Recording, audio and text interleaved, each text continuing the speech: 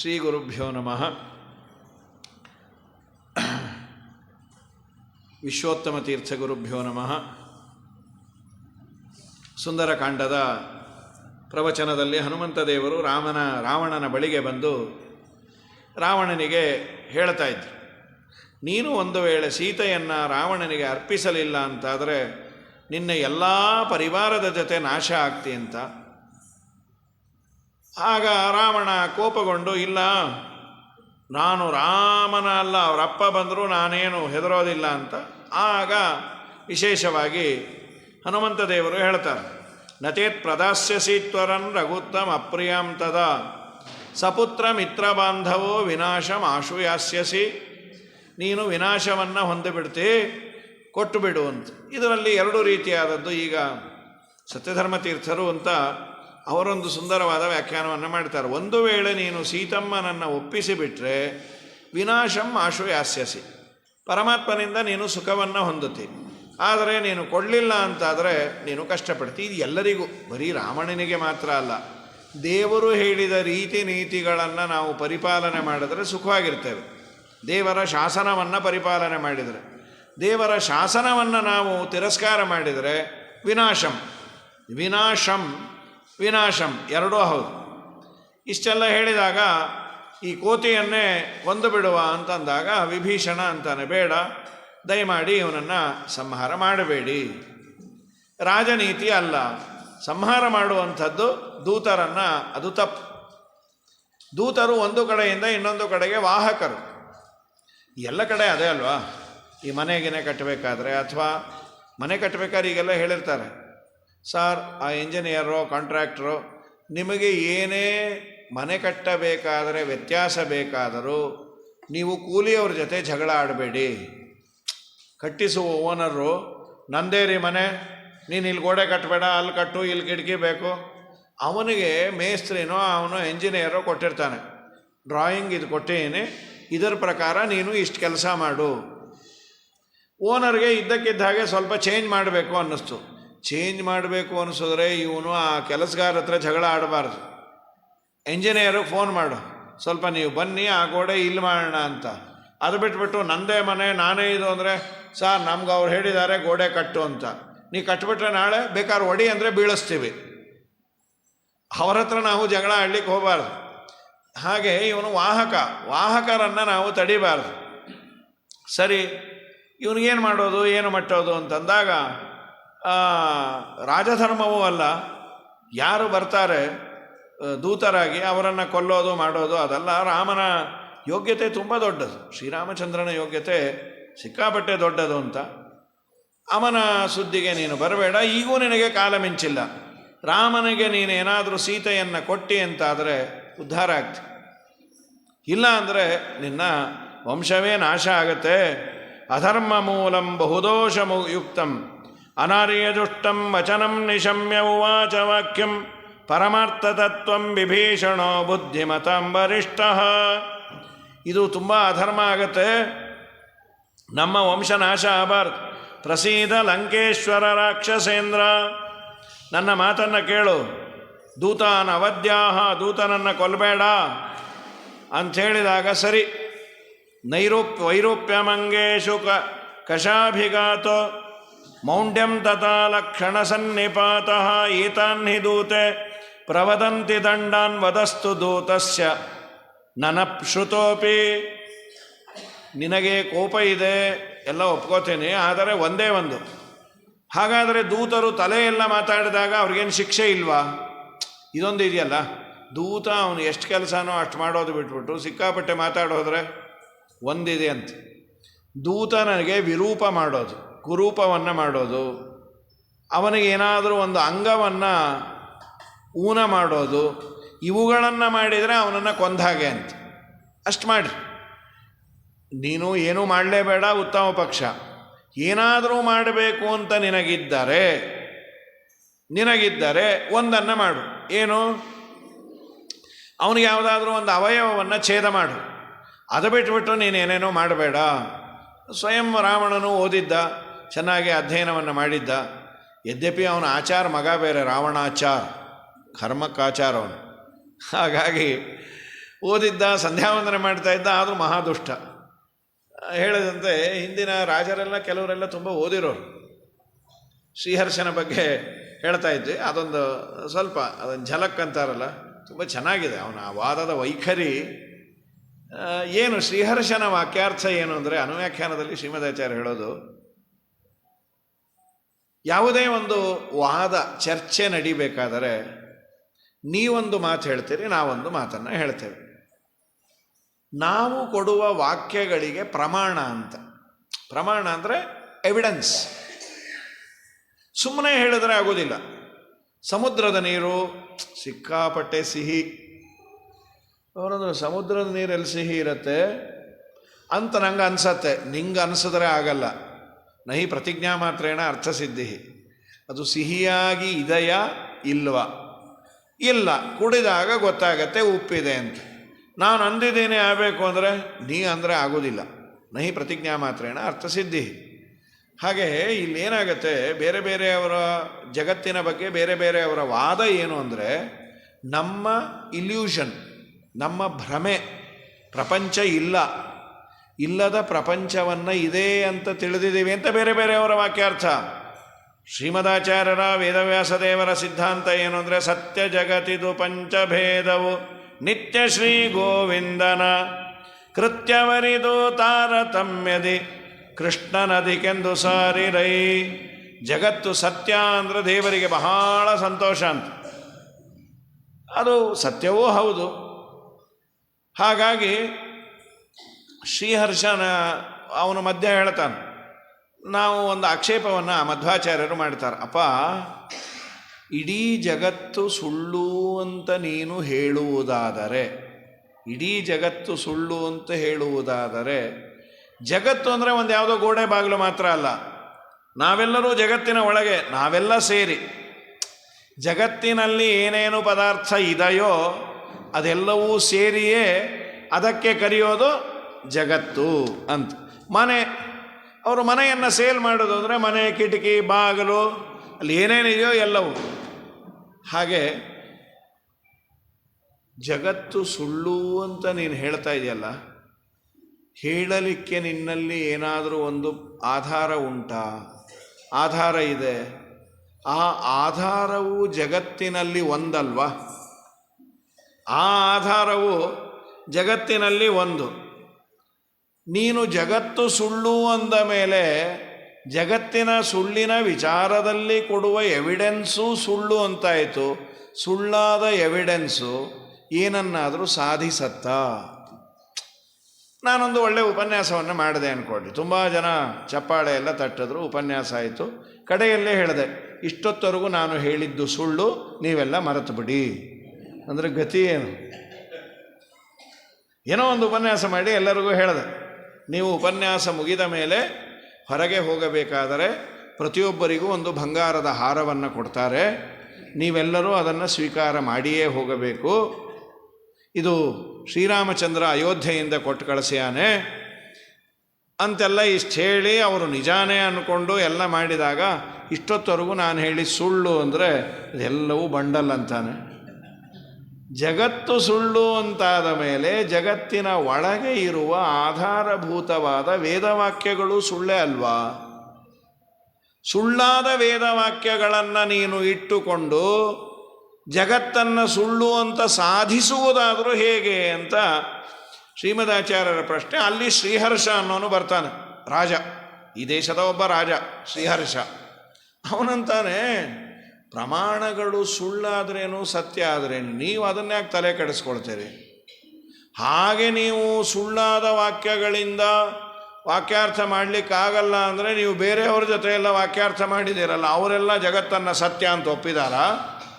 ಹೀಗೆಲ್ಲ ಅವನ ಮಾತು ಅದು ಕೇಳಿಬಿಟ್ರೆ ತುಂಬ ಅದು ಕಥಕವಾದ ಅಂತ ತುಂಬ ಚೆನ್ನಾಗಿದೆ ಅದು.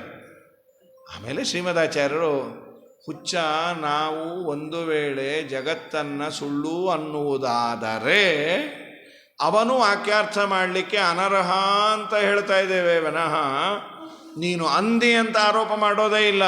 ನೀನು ಅಂದಿ ಅಂತ ಆರೋಪ ಮಾಡಿದರೆ ಅದು ಸಮಸ್ಯೆ ಅಂತ. ಇರಲಿ, ಪ್ರಕೃತದಲ್ಲಿ ರಾವಣನು ಅಧ್ಯಯನ ಮಾಡಿದ್ದ. ರಾವಣ ಅಂದ, ವಿಭೀಷಣ ಒಳ್ಳೆಯ ಎಚ್ಚರಿಕೆಯನ್ನು ಕೊಟ್ಟು, ಸರಿ ನಾನು ಈ ಕಪಿಗೆ ವಿರೂಪವನ್ನು ಮಾಡ್ತೇನೆ ಅಂಥೇಳಿ ಏನು ಮಾಡ್ತಿ, ಬಾಲವನ್ನು ಸುಡ್ತೇನೆ ಅಂದು. ತಗೊಂಬನ್ರಿ, ಬಾಲಕ್ಕೆ ಚೆನ್ನಾಗಿ ಬಟ್ಟೆ ಸುತ್ತೋಣ. ಸುತ್ತಿ ಅದಕ್ಕೆಲ್ಲ ತೈಲದಲ್ಲಿ ಅದ್ದಿ, ಹೇಗೂ ಮಾಸ, ಯಾವ ಮಾಸದಲ್ಲಾದರೂ ಆಯಿತು, ದೀಪೋತ್ಸವ ಮಾಡೋಣ ಹನುಮಪ್ಪನಿಗೆ. ಸಾಮಾನ್ಯ ಹನುಮಪ್ಪನಿಗೆ ದೀಪೋತ್ಸವ ಕಾರ್ತೀಕ ಮಾಸದಲ್ಲಿ ಜೋರಾಗತ್ತೆ. ಎಲ್ಲ ಕಡೆ ಕಾರ್ತೀಕದಲ್ಲಿ ಆಗತ್ತೆ, ಯಲಗೂರಲ್ಲಿ ಭಾರೀ ಜೋರಾಗತ್ತೆ. ಕಾರ್ತೀಕದಲ್ಲಿ ಹನುಮಪ್ಪನ ದೀಪೋತ್ಸವ, ಲಕ್ಷ ದೀಪೋತ್ಸವ, ಎಲ್ಲ ಕಡೆ ಲಕ್ಷ ದೀಪೋತ್ಸವ ಕೃಷ್ಣನಿಗೆ ಆಗುತ್ತೆ. ಇಲ್ಲೂ ಬೇಕಾದಷ್ಟು ಕಡೆ ದೇವರ ಅನುಗ್ರಹದಿಂದ ಎಲ್ಲರಲ್ಲೂ ಈಗ ಸಂಪತ್ತಿರೋದ್ರಿಂದ ದೀಪೋತ್ಸವ ಚೆನ್ನಾಗಿ ಆಗತ್ತೆ. ಸರಿ, ಹನುಮಂತ ದೇವರಿಗೆ ಆ ಬಟ್ಟೆಯನ್ನು ಬಾಲಕ್ಕೆ ಸುತ್ತಲಿಕ್ಕೆ ಶುರು ಮಾಡಿದ್ರು. ಆಯ್ತು. ಅಥಾಸ್ಯ ವಸ್ತ್ರ ಸಂಚಯೈ ಪಿಧಾಯ ಪುಚ್ಚಮಗ್ನಯೇ. ಇನ್ನೇನು ಅದನ್ನು ಬಾಲಕ್ಕೆ ಬೆಂಕಿ ಇಡಬೇಕು. ಬಟ್ಟೆಯೆಲ್ಲ ಸುತ್ತಿ ಆದ ಮೇಲೆ ಬಟ್ಟೆಗೆ ಬೆಂಕಿ ಹತ್ತೋದು ಸುಲಭ ಆಯಿತು ಅಂತ ಅವ್ರು ಹೋಗಿ ಕಡ್ಡಿ ಗೀರೋದ್ರಲ್ಲಿ ಬಾಲ ಇಷ್ಟುದ್ದ ಮುಂದೆ ಬಂದುಬಿಟ್ಟಿರೋದು. ಅಯ್ಯೋ ನಮ್ಮ ಕರ್ಮವೇ. ರಾವಣ ಅಂದ, ಸರಿಗೆ ಸುತ್ತರೋ ಸ್ವಾಮಿ, ಇನ್ನೊಂದೆರಡು ಪಂಚೆ ತೊಗೊಂಬನ್ರಿ. ತಂದರು ವಸನವ ಥಂಡ ಥಂಡದಲ್ಲಿ. ವಾದಿರಾಜರಂದರು, ಹಳೆ ಬಟ್ಟೆ ತಂದರು. ಈ ಹಳೆ ಬಟ್ಟೆ ಎಲ್ಲ ತುಂಬ ಖರ್ಚಾಗೋದು. ಈ ಜೋರಾಗಿ ಇದು ಬಂದಿರುತ್ತಲ್ಲ, ಪ್ರವಾಹ ಕೊಚ್ಕೊಂಡು ಹೋದಾಗ ಆಗ ಹಳೆ ಬಟ್ಟೆ ಕೊಡಿ ಅಂತಾರೆ. ಅಯ್ಯೋ ಒಂದು ಕೊಡ್ತಾರೆ ನೋಡ್ರಿ. ಮನೇಲಿ ಇದ್ದು ಬಂದಿದ್ದೆಲ್ಲ ಅವರಂದರು, ಈ ಹಳೆ ಬಟ್ಟೆ ಪ್ರವಾಹವೇ ಆ ಪ್ರವಾಹದಕ್ಕಿಂತ ಜಾಸ್ತಿ ಆಗಿದೆ, ಸಾಕು ಅಂತ. ಏನು ಒಂದಾದ್ಮೇಲೆ ಒಂದು ತಂದರು, ಮೂಗದೇ ಹೋಯ್ತು. ತಂದರು ವಸನವ ಥಂಡ ಥಂಡದಲ್ಲಿ ಒಂದೊಂದು ಮೂಟೆಯಂ 10 ಕೋಟಿಯಲಿ. ಚಂದದಿ ಹೇರಳ ತೈಲದಲದ್ದಿ ನಿಂದ ಹನುಮ ಬಾಲವ ಬೆಳೆಸುತ್ತಲೀ. ಹನುಮಂತ ಬಾಲ ಮುಂದೆ ಮಾಡಿಬಿಟ್ರು. ಶಾಲು ಸಕಲಾತಿಯೋ ಸಾಲದೇ ಇರಲು ಬಾಲೆಯ ವಸ್ತ್ರವ ಸೆಳೆದು ತಾರೆನಲು. ಆ ಮುಂದೆ ಬರ್ತಿತ್ತಲ್ಲ, ಇದು ಯಾಕೋ ಈ ಕೋತಿ ಸರಿ ಇಲ್ಲ. ರಾವಣ ಅಂದ, ಸೀತಮ್ಮನ ವಸ್ತ್ರವನ್ನು ಅಪಹಾರ ಮಾಡ್ಕೊಂಬನ್ರಿ, ಆಗ ಇವನು ಸುಮ್ಮನೆ ಇರ್ತಾನೆ. ಹನುಮನ್ ದೇವರಂದರು, ಬೆಂಕಿ ಹಚ್ಚಿರಿ, ಸೀತಮ್ಮನ ಸುದ್ದಿಗೆ ಹೋಗಬೇಡ್ರಿ. ಬಾಲೆಯ ವಸ್ತ್ರವ ಸೆಳೆದು ತಾರೆನಲು. ಸರಿ, ಬಾಲ ಎಲ್ಲ ಸುತ್ತಿದ್ರು. ಅದಕ್ಕೆಲ್ಲ ಎಣ್ಣೆಯನ್ನು ಚಂದದಿ ಹೇರಳ ತೈಲದಲ್ಲದ್ದಿ ಅಂತಾರೆ. ಪ್ರಾಯ ಹರಳೆಣ್ಣೆನೋ ಇನ್ಯಾವುದೋ ಎಣ್ಣೆ ಅದರಲ್ಲಿ ಅದ್ದಿ. ಓಂ ಅಗ್ನಿನಾಗ್ನಿ ಸಮಿದ್ಯತೆ ಕವಿರ್ಗ್ರಹಪಾತಿರಿಯುವ ಹವ್ಯವಾಡ್ಜುಕ್ವಾ ಆಸ್ಯ. ಸಾಮಾನ್ಯ ನಮ್ಮಲ್ಲಿ ಯಾವುದನ್ನ ಕಾರ್ಯಕ್ರಮವನ್ನು ಶುರು ಮಾಡಿದಾಗ ದೀಪ ಬೆಳಗುವುದರೊಂದಿಗೆ ಕಾರ್ಯಕ್ರಮವನ್ನು ಉದ್ಘಾಟಿಸಿದರು. ರಾವಣ ದೀಪ ಬೆಳಗುವುದರೊಂದಿಗೆ ಲಂಕಾಪಟ್ಟಣದ ನಾಶಕ್ಕೆ ಉದ್ಘಾಟನೆಯನ್ನು ಮಾಡಿದ. ಹನುಮಂತ ದೇವರ ಬಾಲಕ್ಕೆ ಬೆಂಕಿಯನ್ನು ಕೊಡಬೇಕು ಅಂತ ಕೊಟ್ಯಾನೆ. ವಾಯುದೇವರ ಒಂದು ಸ್ವಭಾವ, ದೇವರದು ವಾಯುದೇವರದು. ನಾವೇನು ಕೊಡ್ತೀವೋ ಅದನ್ನು ವಾಪಸ್ ನಮಗೆ ಕೊಡ್ತಾನೆ. ನೀಲಾಂಜನವನ್ನು ಹಚ್ಚಿ ಬೆಳಕನ್ನು ಕೊಡೋದು ಬಿಟ್ಟು ದೇವರಿಗೆ ನಾವು ಕಡ್ಡಿಗೀರಿಡ್ತೀವಿ ಅಂದರೆ, ಅಕ್ಷಯಂ ಕರ್ಮ ಯಸ್ಮಿನ್ ಪರೇ ಸ್ವರ್ಪಿತಂ ಪ್ರಕ್ಷಯಂ ಯಾಂತಿ ದುಃಖಾನಿ ಯನ್ನಾಮತಃ ಅಕ್ಷರೋ ಯೋಜರಃ ಸರ್ವದೈವಾಮೃತಃ ಕುಕ್ಷಿಗಮ್ಯಸ್ಯ ವಿಶ್ವಂ ಸದಾ ಜಾಧಿಕಂ ಪ್ರೀಣಯಾಮೋ ವಾಸುದೇವಂ ದೇವತಾಮಂಡಲಾಖಂಡಮಂಡನಂ ಪ್ರೀಣಯಾಮೋ ವಾಸುದೇವಂ. ಅಕ್ಷಯಂ ಕರ್ಮ ಯಸ್ಮಿನ್ ಪರೇ ಸುಅರ್ಪಿತಂ. ಚೆನ್ನಾಗಿ ದೇವರಿಗೆ ಅರ್ಪಿಸಿದರೆ, ಮುಖ್ಯಪ್ರಾಣ ದೇವರಿಗೆ ಅರ್ಪಿಸಿದರೆ ಅನಂತ ಮಾಡಿಕೊಡ್ತಾರೆ. ಅವರಿಗೇನಾದರೂ ನಾವು ಈ ತರಹದ ಕುಚೇಷ್ಟೆಗಳನ್ನು ಮಾಡಿದರೆ ಅದನ್ನು ನಮಗೆ ಕೊಡ್ತಾರೆ. ನೀವೇನು ಕೊಡ್ತೀರೋ ಅದನ್ನು. ಶ್ರೀರಾಮಚಂದ್ರನ ದೂತನಾದ ಹನುಮಂತ ದೇವರ ಬಾಲಕ್ಕೆ ಇವನು ಬೆಂಕಿಯನ್ನು ಕೊಟ್ಟರೆ ಹನುಮಂತ ದೇವರಿಗೂ ಒಳ್ಳೆಯದಾಯಿತು ಅಂದ್ಕೊಂಡ್ರು. ಯಾಕೆ? ದೀಪೋತ್ಸವ ಮಾಡಿ ಈ ಸಾಮಾನ್ಯವಾಗಿ ಎಲ್ಲ ಕೆಲಸ ಮುಗಿದ ಮೇಲೆ ಮಂಗಳಾರತಿ ಅಲ್ವಾ, ಕಾರ್ಯಕ್ರಮದ ಸಮಾಪ್ತಿ ಮಹಾಮಂಗಳಾರತಿಯೊಂದಿಗೆ ನಂತರ ತೀರ್ಥ ಪ್ರಸಾದ. ಸಾಮಾನ್ಯ ಯಾವುದೇ ಪಾಂಪ್ಲೇಟಲ್ಲಿ ಮಹಾಮಂಗಳಾರತಿ, ನಂತರದಲ್ಲಿ ತೀರ್ಥ ಪ್ರಸಾದ.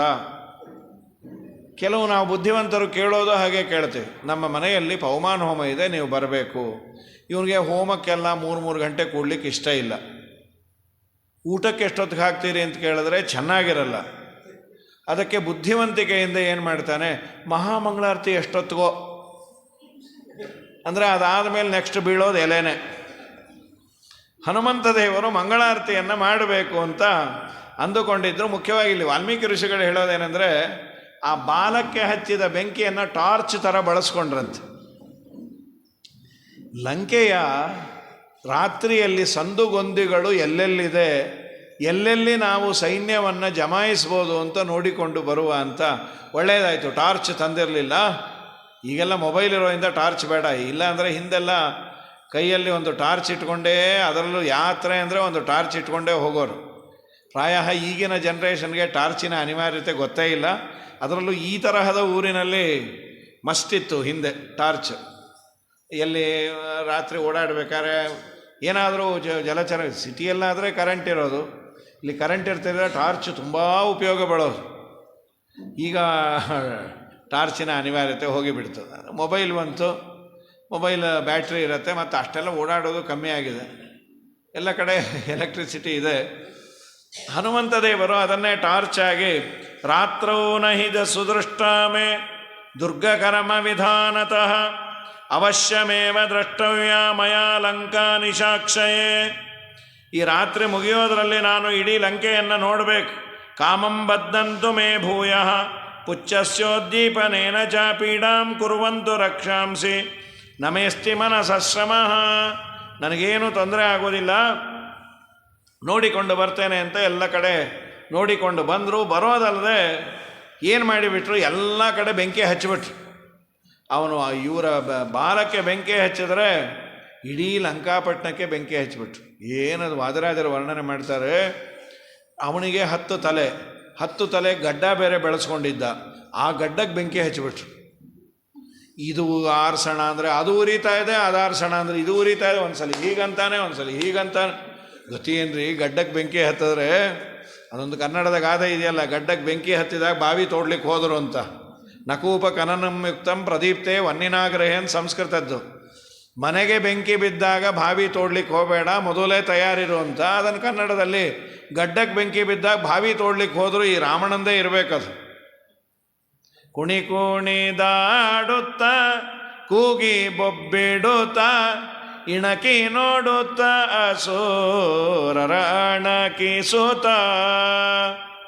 ಝಣ ಝಣ ರೆಣೆ ಬಾಲದ ಗಂಟೆಯೋ ಮನದಿ ಶ್ರೀರಾಮರ ಪಾದ ನೆನೆಯುತ್ತ. ಇದೆಲ್ಲ ಕೆಲಸ ಮುಗಿಸೇನೆ, ಶ್ರೀರಾಮಚಂದ್ರ ನೀನು ಸೀತಮ್ಮನನ್ನು ನೋಡಿಕೊಂಡು ಬಾ, ರಾವಣನಿಗೆ ಹೇಳಿ ಬಾ ಅಂದಿದ್ದೆಲ್ಲ ಎಲ್ಲ ಕೆಲಸ ಮುಗಿದಿದೆ. ನಿನಗೆ ಮಂಗಳಾರತಿ, ಬಾಲದ್ದೇ ಮಂಗಳಾರತಿ ಅಂತ. ಮಂಗಳಂ ಶ್ರೀರಾಮ ಚಂದ್ರರೇ ನಿಮಗೆ ಮಂಗಳಂ ಭೂಪುತ್ರಿ ಚರಣಂಗಳಿಗೆ. ಗಂಟೆಯಲ್ಲಿತ್ತು, ಬಾಲದಲ್ಲೊಂದು ಗಂಟೆ ಯಾವಾಗೂ ಇನ್ಬಿಲ್ಟ್ ಅಂತದ್ದು. ಅದಕ್ಕೆ ವ್ಯಾಸರಾಜರು ಪ್ರತಿಷ್ಠಾಪನೆ ಮಾಡಬೇಕಾದ್ರೆ ಬಾಲದಲ್ಲಿ ಒಂದು ಗಂಟೆ ಇಟ್ಟರು. ಯಾಕೆ ಅಂದರೆ ನಿನಗೆ ಯಾವಾಗ ಬೇಕಾಗತ್ತೋ, ನೀ ಯಾವಾಗಲೂ ಪೂಜೆ ಮಾಡ್ತಾನೆ ಇರ್ತೀವಿ, ಬಾರಿಸ್ಬೇಕಾಗತ್ತೆ, ನೀನು ಇಟ್ಕೊಂಡೇ ಓಡಾಡು ಅಂತ. ಅದಕ್ಕೆ ನಮ್ಮಲ್ಲಿ ಗಂಟೆ ಮೇಲೆ ಮುಖ್ಯ ಪ್ರಾಣನ ಕೊಡಿಸ್ಬಿಟ್ರು. ಹಾಗಾಗಿ ನಾವು ಗಂಟೆ ಬಾರಿಸೋದಂದ್ರೆ ಮುಖ್ಯ ಪ್ರಾಣ ಬೇಕು.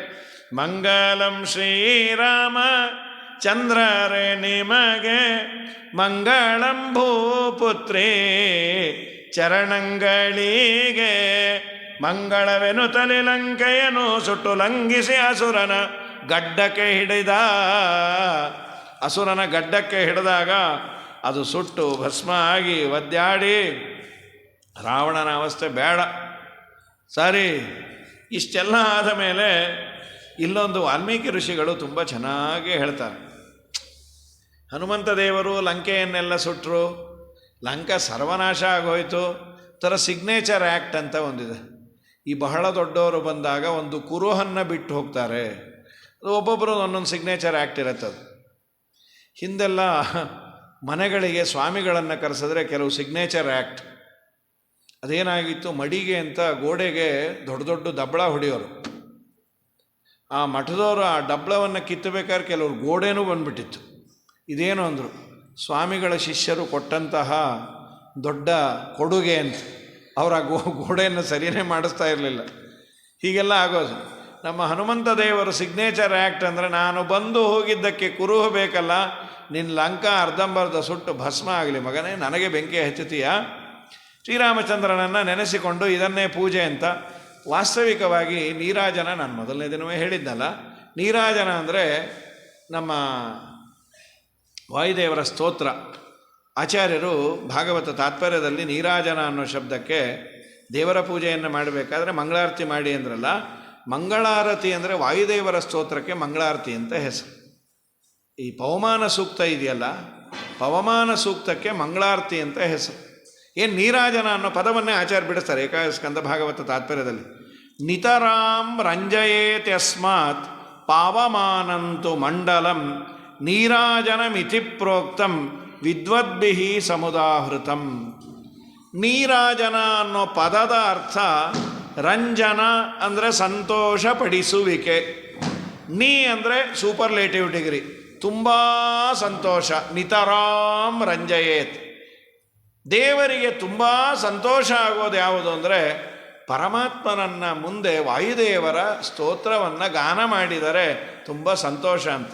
ಹಾಗಾಗಿ ಪುರುಷರು ನಿಜವಾಗಲೂ ದೇವರ ಮುಂದೆ ಮಂಗಲಾರತಿ ಮಾಡೋದು ಅಂದರೆ ವಾಯುಸ್ತುತಿಯನ್ನು ಗೊತ್ತಿದ್ದರೆ ಪವಮಾನ ಸೂಕ್ತವನ್ನೇ. ಸ್ವಾಧಿಷ್ಠಯಾಮಧಿಷ್ಠಯ ಪವಸ್ವ ಸೋಮಧಾರಾಯ ಇಂದ್ರಾಯ ಪಾತಾವೇ ಸುತಃ ರಕ್ಷೋಹ ವಿಶ್ವಚರ ಶನಿರಭಿಯೋ ನಿಮಯೋ ಹತಂ ಅಂತ ವಾಯುದೇವರ ಒಂದೆರಡು ಪವಮಾನ ಸೂಕ್ತದ ಮಂತ್ರವನ್ನು ಹೇಳೋದು, ಅಥವಾ ವಾಯುಸ್ತುತಿಯನ್ನು ಸುಮಧ್ವ ವಿಜಯದ ಪದ್ಯಗಳನ್ನು ಹೇಳೋದು, ಇದು ನಿಜವಾದ ಮಂಗಲಾರತಿ ಅಂತ. ಹೆಣ್ಣು ಮಕ್ಕಳು ಮಧ್ವನಾಮವನ್ನು, ವಾಯುದೇವರ ಇನ್ನೂ ಬೇರೆ ಬೇರೆ ಇದೆಯಲ್ಲ, ಸುವಾಲಿ ಸುವಿ, ಇದನ್ನು ಹೇಳಿದ್ರೆ ನಿಜವಾಗಲೂ ಮಂಗಳಾರತಿ ಮಾಡಿದಂತೆ. ಬತ್ತಿ ಬೇಡ, ಕರ್ಪೂರ ಬೇಡ. ಬೇಡ ಅಂದರೆ ಆ ಟೈಮಲ್ಲಿ ಕರ್ಪೂರ ಬೇಕು ಎಲ್ಲರಿಗೂ ಮಂಗಳಾರತಿಗೆ. ಹಾಗಾಗಿ ಇದು ನಿಜವಾದ ಮಂಗಲಾರತಿ. ನಿಜರಾಮ್ ರಂಜಯೇತ್ ತಸ್ಮಾತ್ ಪಾಪಮಾನಂತು ಮಂಡಲಂ, ವಾಯುದೇವರ ಸ್ತೋತ್ರವನ್ನು ದೇವರ ಮುಂದೆ ಮಾಡಿ ಅಂತಾರೆ. ಹನುಮಂತ ದೇವರು ಇಡೀ ಲಂಕೆಗೆ ಎಲ್ಲ ಹಚ್ಚಿದ್ರು. ಅದಾದ ಮೇಲೆ ನಮಗೆಲ್ಲ ಒಂದು ಕಿವಿ ಮಾತನ್ನು ಹೇಳ್ತಾರೆ. ಏನದು? ನಾನು ಇಷ್ಟೆಲ್ಲ ಮಾಡಿದೆ, ರಾಮಚಂದ್ರ ನನಗೆ ಹೇಳಿದ್ದೇನು, ಸೀತೆಯನ್ನು ಹುಡುಕಿಕೊಂಡು ಬಾ. ನಾನೀಗ ಸ್ವಲ್ಪ ಜಾಸ್ತಿ ಮಾಡಿಬಿಟ್ನಾ? ಯಾಕೆ? ಇಡೀ ಲಂಕೆಗೆ ನಾನು ಬೆಂಕಿಯನ್ನು ಹಚ್ಚಿದ್ದೇನೆ. ಒಂದು ವೇಳೆ ಸೀತಮ್ಮನು ಆ ಬೆಂಕಿಯಲ್ಲಿ ಸುಟ್ಟೋದರೆ ರಾಮನಿಗೆ ನಾನು ಏನಂತ ಹೇಳಿ? ನಿನ್ನ ಸೀತೆಯನ್ನು ನಾನೇ ಕೊಂದೆ ಅಂತ ಹೇಳ? ಛೇ, ಈ ವಿವೇಕ ಸತ್ತೋಗತ್ತೆ ಕೋಪ ಜಾಸ್ತಿ ಆದಾಗ. ನಮಗೆಲ್ಲ ಹನುಮಂತ ದೇವರು ಹೇಳೋ ಮಾತು, ಕೋಪ ಕಮ್ಮಿ ಮಾಡ್ಕೊಳ್ಳಿ ಅಂತ. ಕೋಪ ತುಂಬ ಮನುಷ್ಯನನ್ನು ಹಾಳು ಮಾಡತ್ತಂತ. ತಾಳುವಿಕೆಗಿಂತ ತಪವೂ ಇನ್ನೊಂದಿಲ್ಲ ಅಂತ ರಾಜರು ಒಂದು ಸುಂದರವಾದ ಕೃತಿಯನ್ನು ಮಾಡ್ಯಾರ. ಇದು ಹನುಮಂತ ದೇವರು ಏನು ಸುಂದರಕಾಂಡದಲ್ಲಿ ತಪಿಸ್ತಾರೆ. ತಪ ಸಂತಾಪೆ, ತಪ ಆಲೋಚನೆ. ನಾನು ಹೀಗೆ ವಾಯುದೇವರಿಗೆ ಇದು ಯಾವುದೂ ಇಲ್ಲ. ನಾವು ಕೋಪದಲ್ಲಿ ಪೆದ್ದಾಗಿ ಏನೇನೋ ಆಡಿ ಮಾಡಿ ಎಲ್ಲ ಮಾಡ್ತೇವಲ್ಲ, ಉಪಕಾರ ಮಾಡಿದವ್ರನ್ನೆಲ್ಲ. ಕೋಪ ಬಂತು, ಎಲ್ಲೋ ಹೋಗಿದ್ದೆ, ಸಾವಿರಾರು ಜನ ಇದ್ದರು, ಸ್ವಾಮಿಗಳು ಅವತ್ತು ನನ್ನನ್ನು ಮಾತಾಡಿಸ್ಲಿಲ್ಲ. ನಾನು ಬೇಕಾದಷ್ಟು ಸ್ವಾಮಿಗಳ ಸೇವೆ ಮಾಡಿದೆ. ದೇವರು ಪ್ರೀತನಾಗಲಿ ಅಂದರೆ ಸಾಕು. ಸ್ವಾಮಿಗಳನ್ನ ನೋಡಿದಾಗೆಲ್ಲ ಮಾತಾಡಿಸ್ಲಿ ಅನ್ಕೋಬೇಡ, ಬೇಸರ ಆಗತ್ತೆ, ಪುಣ್ಯವೂ ಕಮ್ಮಿ ಆಗತ್ತೆ. ಅವತ್ತೇನೋ ಮಾತಾಡಲಿಲ್ಲ, ಇನ್ನು ಜನ್ಮದಲ್ಲಿ ಸ್ವಾಮಿಗಳು ಮುಖಾನೇ ನೋಡಲ್ಲ, ಬಿಟ್ಕೋ ಅಂತಾರೆ. ನಿನಗೆ ಲಾಸ್ ಅದು. ಅವರನ್ನಂದು ಇನ್ಯಾರನ್ನೋ ಅಂದು ಅವನು ಹೇಳ್ಕೊಟ್ಟಿಯಾನೆ ಹಾಗೆ ಹೀಗೆ. ಯಾರೂ ಹೇಳಿರೋದಿಲ್ಲ, ಯಾರೂ ಕೊಟ್ಟು ಇರೋದಿಲ್ಲ. ಏನೋ ಚೂರ ಪಾರೋ ವ್ಯತ್ಯಾಸ ಆಗಿರತ್ತೆ. ನಾನು ಎಂಥ ಕೆಲಸ ಮಾಡಿದೆ? ಸೀತಮ್ಮ ಇರೋ ಮರಕ್ಕೆ ಬೆಂಕಿ ಹತ್ತಿ ಸೀತಮ್ಮನೂ ಸತ್ತೋದ್ರೆ ನಾನೇನು ಮಾಡಲಿ? ಛೇ, ಧನ್ಯಾಸ್ತೆ ಪುರುಷಶ್ರೇಷ್ಠ ಯೇ ಬುದ್ಧಿಯ ಕೋಪಮುತ್ಥಿತಂ. ಕೋಪವನ್ನು ಯಾರು ಕಂಟ್ರೋಲ್ ಮಾಡ್ತಾರೆ ಅವರೇ ಧನ್ಯರು. ಅದನ್ನು ಎಂದೋ ಕೋಪವನ್ನು ಬಳಸಬಾರ್ದು. ಕ್ರುದ್ಧ ಪಾಪಂ ನ ಕುರ್ಯಾತ್ಕಃ ಕ್ರುದ್ಧೋ ಹನ್ಯಾತ್ ಗುರುನಪಿ. ಕೋಪಗೊಂಡವನು ಗುರುಗಳನ್ನು ಕೊಲ್ತಾನೆ, ಹೆಂಡತಿಯನ್ನು ಕೊಲ್ತಾನೆ, ಮಕ್ಕಳನ್ನು ಕೊಲ್ತಾನೆ. ಈ ಕೋಪ ಮನುಷ್ಯನಿಗೆ ಕಂಟ್ರೋಲ್ ಮಾಡಲಿಲ್ಲ, ತುಂಬ ಕಷ್ಟ ಅದು. ಎಂಥ ಕೆಲಸ ಮಾಡಿದೆ? ವಾಚ್ಯಂ ಅವಾಚ್ಯಂ ಪ್ರಕುಪಿತ. ತುಂಬ ಕೋಪ ಬಂದವನು ಯಾವುದು ಮಾತಾಡಬೇಕು ಯಾವುದು ಮಾತಾಡಬಾರ್ದು ಅದು ಮರ್ತೋಗ್ತಾನೆ. ಏನಂದರೆ ಅದು ಮಾತಾಡ್ತಾನೆ. ನಾ ಎಂಥ ಕೆಲಸ ಮಾಡಿದೆ, ಹೀಗೆ ಮಾಡಬಾರ್ದಾಗಿತ್ತು. ತಾಳುವಿಕೆ ಗೆಲ್ತ ತಪವು ಬೇರಿಲ್ಲ, ಕೇಳಬಲ್ಲವರಿಗೆ ಹೇಳುವೇನು ಸಲ್ಲ. ದುಷ್ಟ ಮನುಜರು ಪೇಳ್ವ ನಿಷ್ಠುರದ ನುಡಿತಾಳು, ಕಷ್ಟ ಬಂದರೆ ತಾಳು ಕಂಗೆಡದೆ ತಾಳು. ನೆಟ್ಟ ಸಸಿ ಫಲ ಬರುವ ತನಕ ಶಾಂತಿಯ ತಾಳು, ಕಟ್ಟು ಬುತ್ತಿಯ ಮುಂದೆ ಉಣಲುಂಟು ತಾಳು. ತಾಳುವಿಕೆಗಿಂತ ತಪವು ಬೇರೊಂದಿಲ್ಲ. ಒಳ್ಳೆ ಮಾತಿದು. ನಿಜವಾಗ್ಲೂ ಇದು ಇವತ್ತಿನ ಮಕ್ಕಳಿಗೆ ಹೇಳಬೇಕು. ಸಿಕ್ಕಾಪಟ್ಟೆ ಕೋಪ, ಮಾತಾಡಿದ್ರೆ ಅಪ್ಪ ಅಮ್ಮನ ಮೇಲೆ ರೇಗತ್ವೆ. ಏನು ಮಾಡ್ತೀರ, ಹಡ್ಕೊಂಡಿರೋದ್ರಿಂದ. ಏನು ನಿಮ್ಮ ಮಗು ಹೆಸರು ಶಾಂತಮೂರ್ತಿ, ಕೋಪ ಯಾವಾಗೂ ಇರುತ್ತೆ, ಹೆಸರೊಂದೇ ಶಾಂತಮೂರ್ತಿ ಅಂತ. ಕೋಪ ಬಂದರೆ ಮೈಲಿಗೆ ಅಂತದು ಗೋವಿಂದ. ಅದು ಆ ನಿಯಮ ಇಟ್ಕೊಂಡ್ರೆ ಹಳೆದು ಹಂಗಿಸುವಂಥ ಹಗೆಯ ಮನ ಮಾತನು ತಾಳು, ಸುಳಿ ನುಡಿ ಕುಹಕ ಕುಮಂತ್ರವನು ತಾಳು. ಅಳುಕದಲೆ ಬಿರಿಸು ಬಿಂಕದ ನುಡಿಯ ನೀತಾಳು, ಹಲಧರಾನುಜನನ್ನು ಹೃದಯದಲ್ಲಿ ತಾಳು. ತಾಳುವಿಕೆಗ್ಯಾತ ತಪವು ಬೇರೊಂದಿಲ್ಲ, ನಕ್ಕು ನುಡಿವರ ಮುಂದೆ ಮುಕ್ಕರಿಸದೆ ನೀತಾಳು. ಅಕ್ಕಸವ ಮಾಡುವರ ಅಕ್ಕರದಿ ತಾಳು, ಉಕ್ಕು ಹಾಲಿಗೆ ನೀರ ನಿಕ್ಕು ಬಲ್ದದಿ ತಾಳು. ಲಕ್ಷ್ಮೀಶ ಹಯವದನ ಶರಣೆಂದು ತಾಳು. ತಾಳುವಿಕೆಗ್ಯಾತ ತಪವು ಬೇರೊಂದಿಲ್ಲ. ತಾಳ್ಮೆಯಿಂದ ತುಂಬ ಪುಣ್ಯ ಉಂಟು. ಮಹಾಭಾರತದಲ್ಲೇ ವಿದುರ ನೀತಿಯಲ್ಲಿ ಬರುತ್ತೆ, ಸಹನೆ ಇದ್ದವನಿಗೆ ಒಂದೇ ಒಂದು ಲಾಸು, ಏನು, ಅವನನ್ನು ಬೈದಾಗ ಸುಮ್ಮನೆ ಇರ್ತಾನೆ ಅಂತ. ಆದರೆ ಅವನಿಗೆ ಬರುವ ಪುಣ್ಯ ತುಂಬ ಜಾಸ್ತಿ. ಅವನೇನಂದರೂ ಅವನ ಪಾಡಿಗೆ ಅವನು ಇರ್ತಾನೆ. ಆ ಕೋಪ ಇಲ್ಲದೇ ಇದ್ದದ್ದರಿಂದ ಈ ಬೈಯೋನಿಗೆ ಸಾಕಾಗಿ ಹೋಗಿ ಸುಮ್ಮನಾಗ್ತಾರಂತೆ. ಒಂದು ಸಣ್ಣ ಗ್ರಾಮ, ಆ ಊರಿನಲ್ಲಿ ಪಾಪ ಒಬ್ಬ ತುಂಬ ಸಾತ್ವಿಕ, ಯಾರ ತಂಟೆಗೆ ಹೋಗ್ತಾ ಇರಲಿಲ್ಲ. ಅವನ ಬಗ್ಗೆ ಒಳ್ಳೆ ಖ್ಯಾತಿ ಇತ್ತು, ತುಂಬ ಒಳ್ಳೆಯವರು. ಇನ್ನೊಬ್ಬ ಅಯೋಗ್ಯ, ಇವನಿಗೆ ಸುಮ್ಮನೆ ಎಲ್ಲರೂ ಹೊಗಳುತ್ತಾರೆ ಅಂತ ಅವನಿಗೆ ಬೇಸರ. ಅವನು ದಿನ ನದಿ ನೀರನ್ನು ಸ್ನಾನ ಮಾಡಿ ಮನೆಗೆ ತರೋನು. ಅದು 2 ಮೈಲು ಇತ್ತು ಪಾಪ.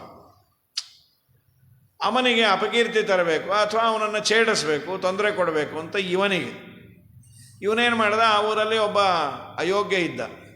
ಅವನಿಗೆ ದುಡ್ಡು ಕೊಟ್ಟರೆ ಏನು ಬೇಕಾದ್ರೂ ಮಾಡೋನು. ಅವನಿಗೇನಿಲ್ಲ, ದುಡ್ಡು ಕೊಟ್ಟರೆ ಪ್ರಾಮಾಣಿಕವಾಗಿ ಎಲ್ಲ ಕೆಟ್ಟ ಕೆಲಸನೂ ಮಾಡೋನು. ಅವನಿಗೆ ಹೇಳ್ದ, ನೋಡು, ಅವನು ಸ್ನಾನ ಮಾಡಿ ಮನೆ ಹತ್ರ ಬಂದು ಇನ್ನೇನು ಗೇಟ್ ಒಳಗೆ ಹೋಗಬೇಕಲ್ಲ, ಅವನನ್ನು ಮುಟ್ಟುಬಿಡು, ಮತ್ತು ಹೋಗಿ ಸಾಯಲಿ. ಅವನೇನೋ ಮಹಾ ಮಡಿ ಮಡಿ ಮಡಿ ಅಂತಾರೆ, ಅವನಿಗೆ ಅಪಕೀರ್ತಿ ಬರಲಿ. ನೀನು 1 ಸಲ ಮುಟ್ಟಿದ್ರೆ 1 ರೂಪಾಯಿ. ರಾಯರೇ 8 ಸಲ, ನೀ 1008 ಸಲ ಮುಟ್ಟಿದ್ರೆ 1008 ರೂಪಾಯಿ ಅಂದ. ಓಹೋ, ತುಂಬ ಸಂತೋಷ ಆಯಿತು. ಅವನು 1008 ಸಲ ಸಂಕಲ್ಪ ಮಾಡಿದ್ದ. ಅದ್ಯಪೂರ್ವಚರಿತ ಏವಂಗುಣ ವಿಶೇಷಣ ವಿಶಿಷ್ಟಾಯಾಮ್ ಭಾರತೀ ರಮಣ ಮುಖ್ಯ ಪ್ರಾಣಾಂತರ್ಗತ ಬಿಂಬಮೂರ್ತಿ ಪ್ರೇರಣೆಯ ಬಿಂಬಮೂರ್ತಿ ಪ್ರೀತ್ಯರ್ಥಂ ಮೈಲಿಗೆ ಆಚರಣಾಖ್ಯಂ ಕರ್ಮ ಕರಿಷ್ಯೆ ಅಷ್ಟೋತ್ತರ ಸಹಸ್ರ. ಸರಿ, ಪಾಪ ಅವನು ಸ್ನಾನ ಮಾಡಿ ಮನೆ ಹತ್ರ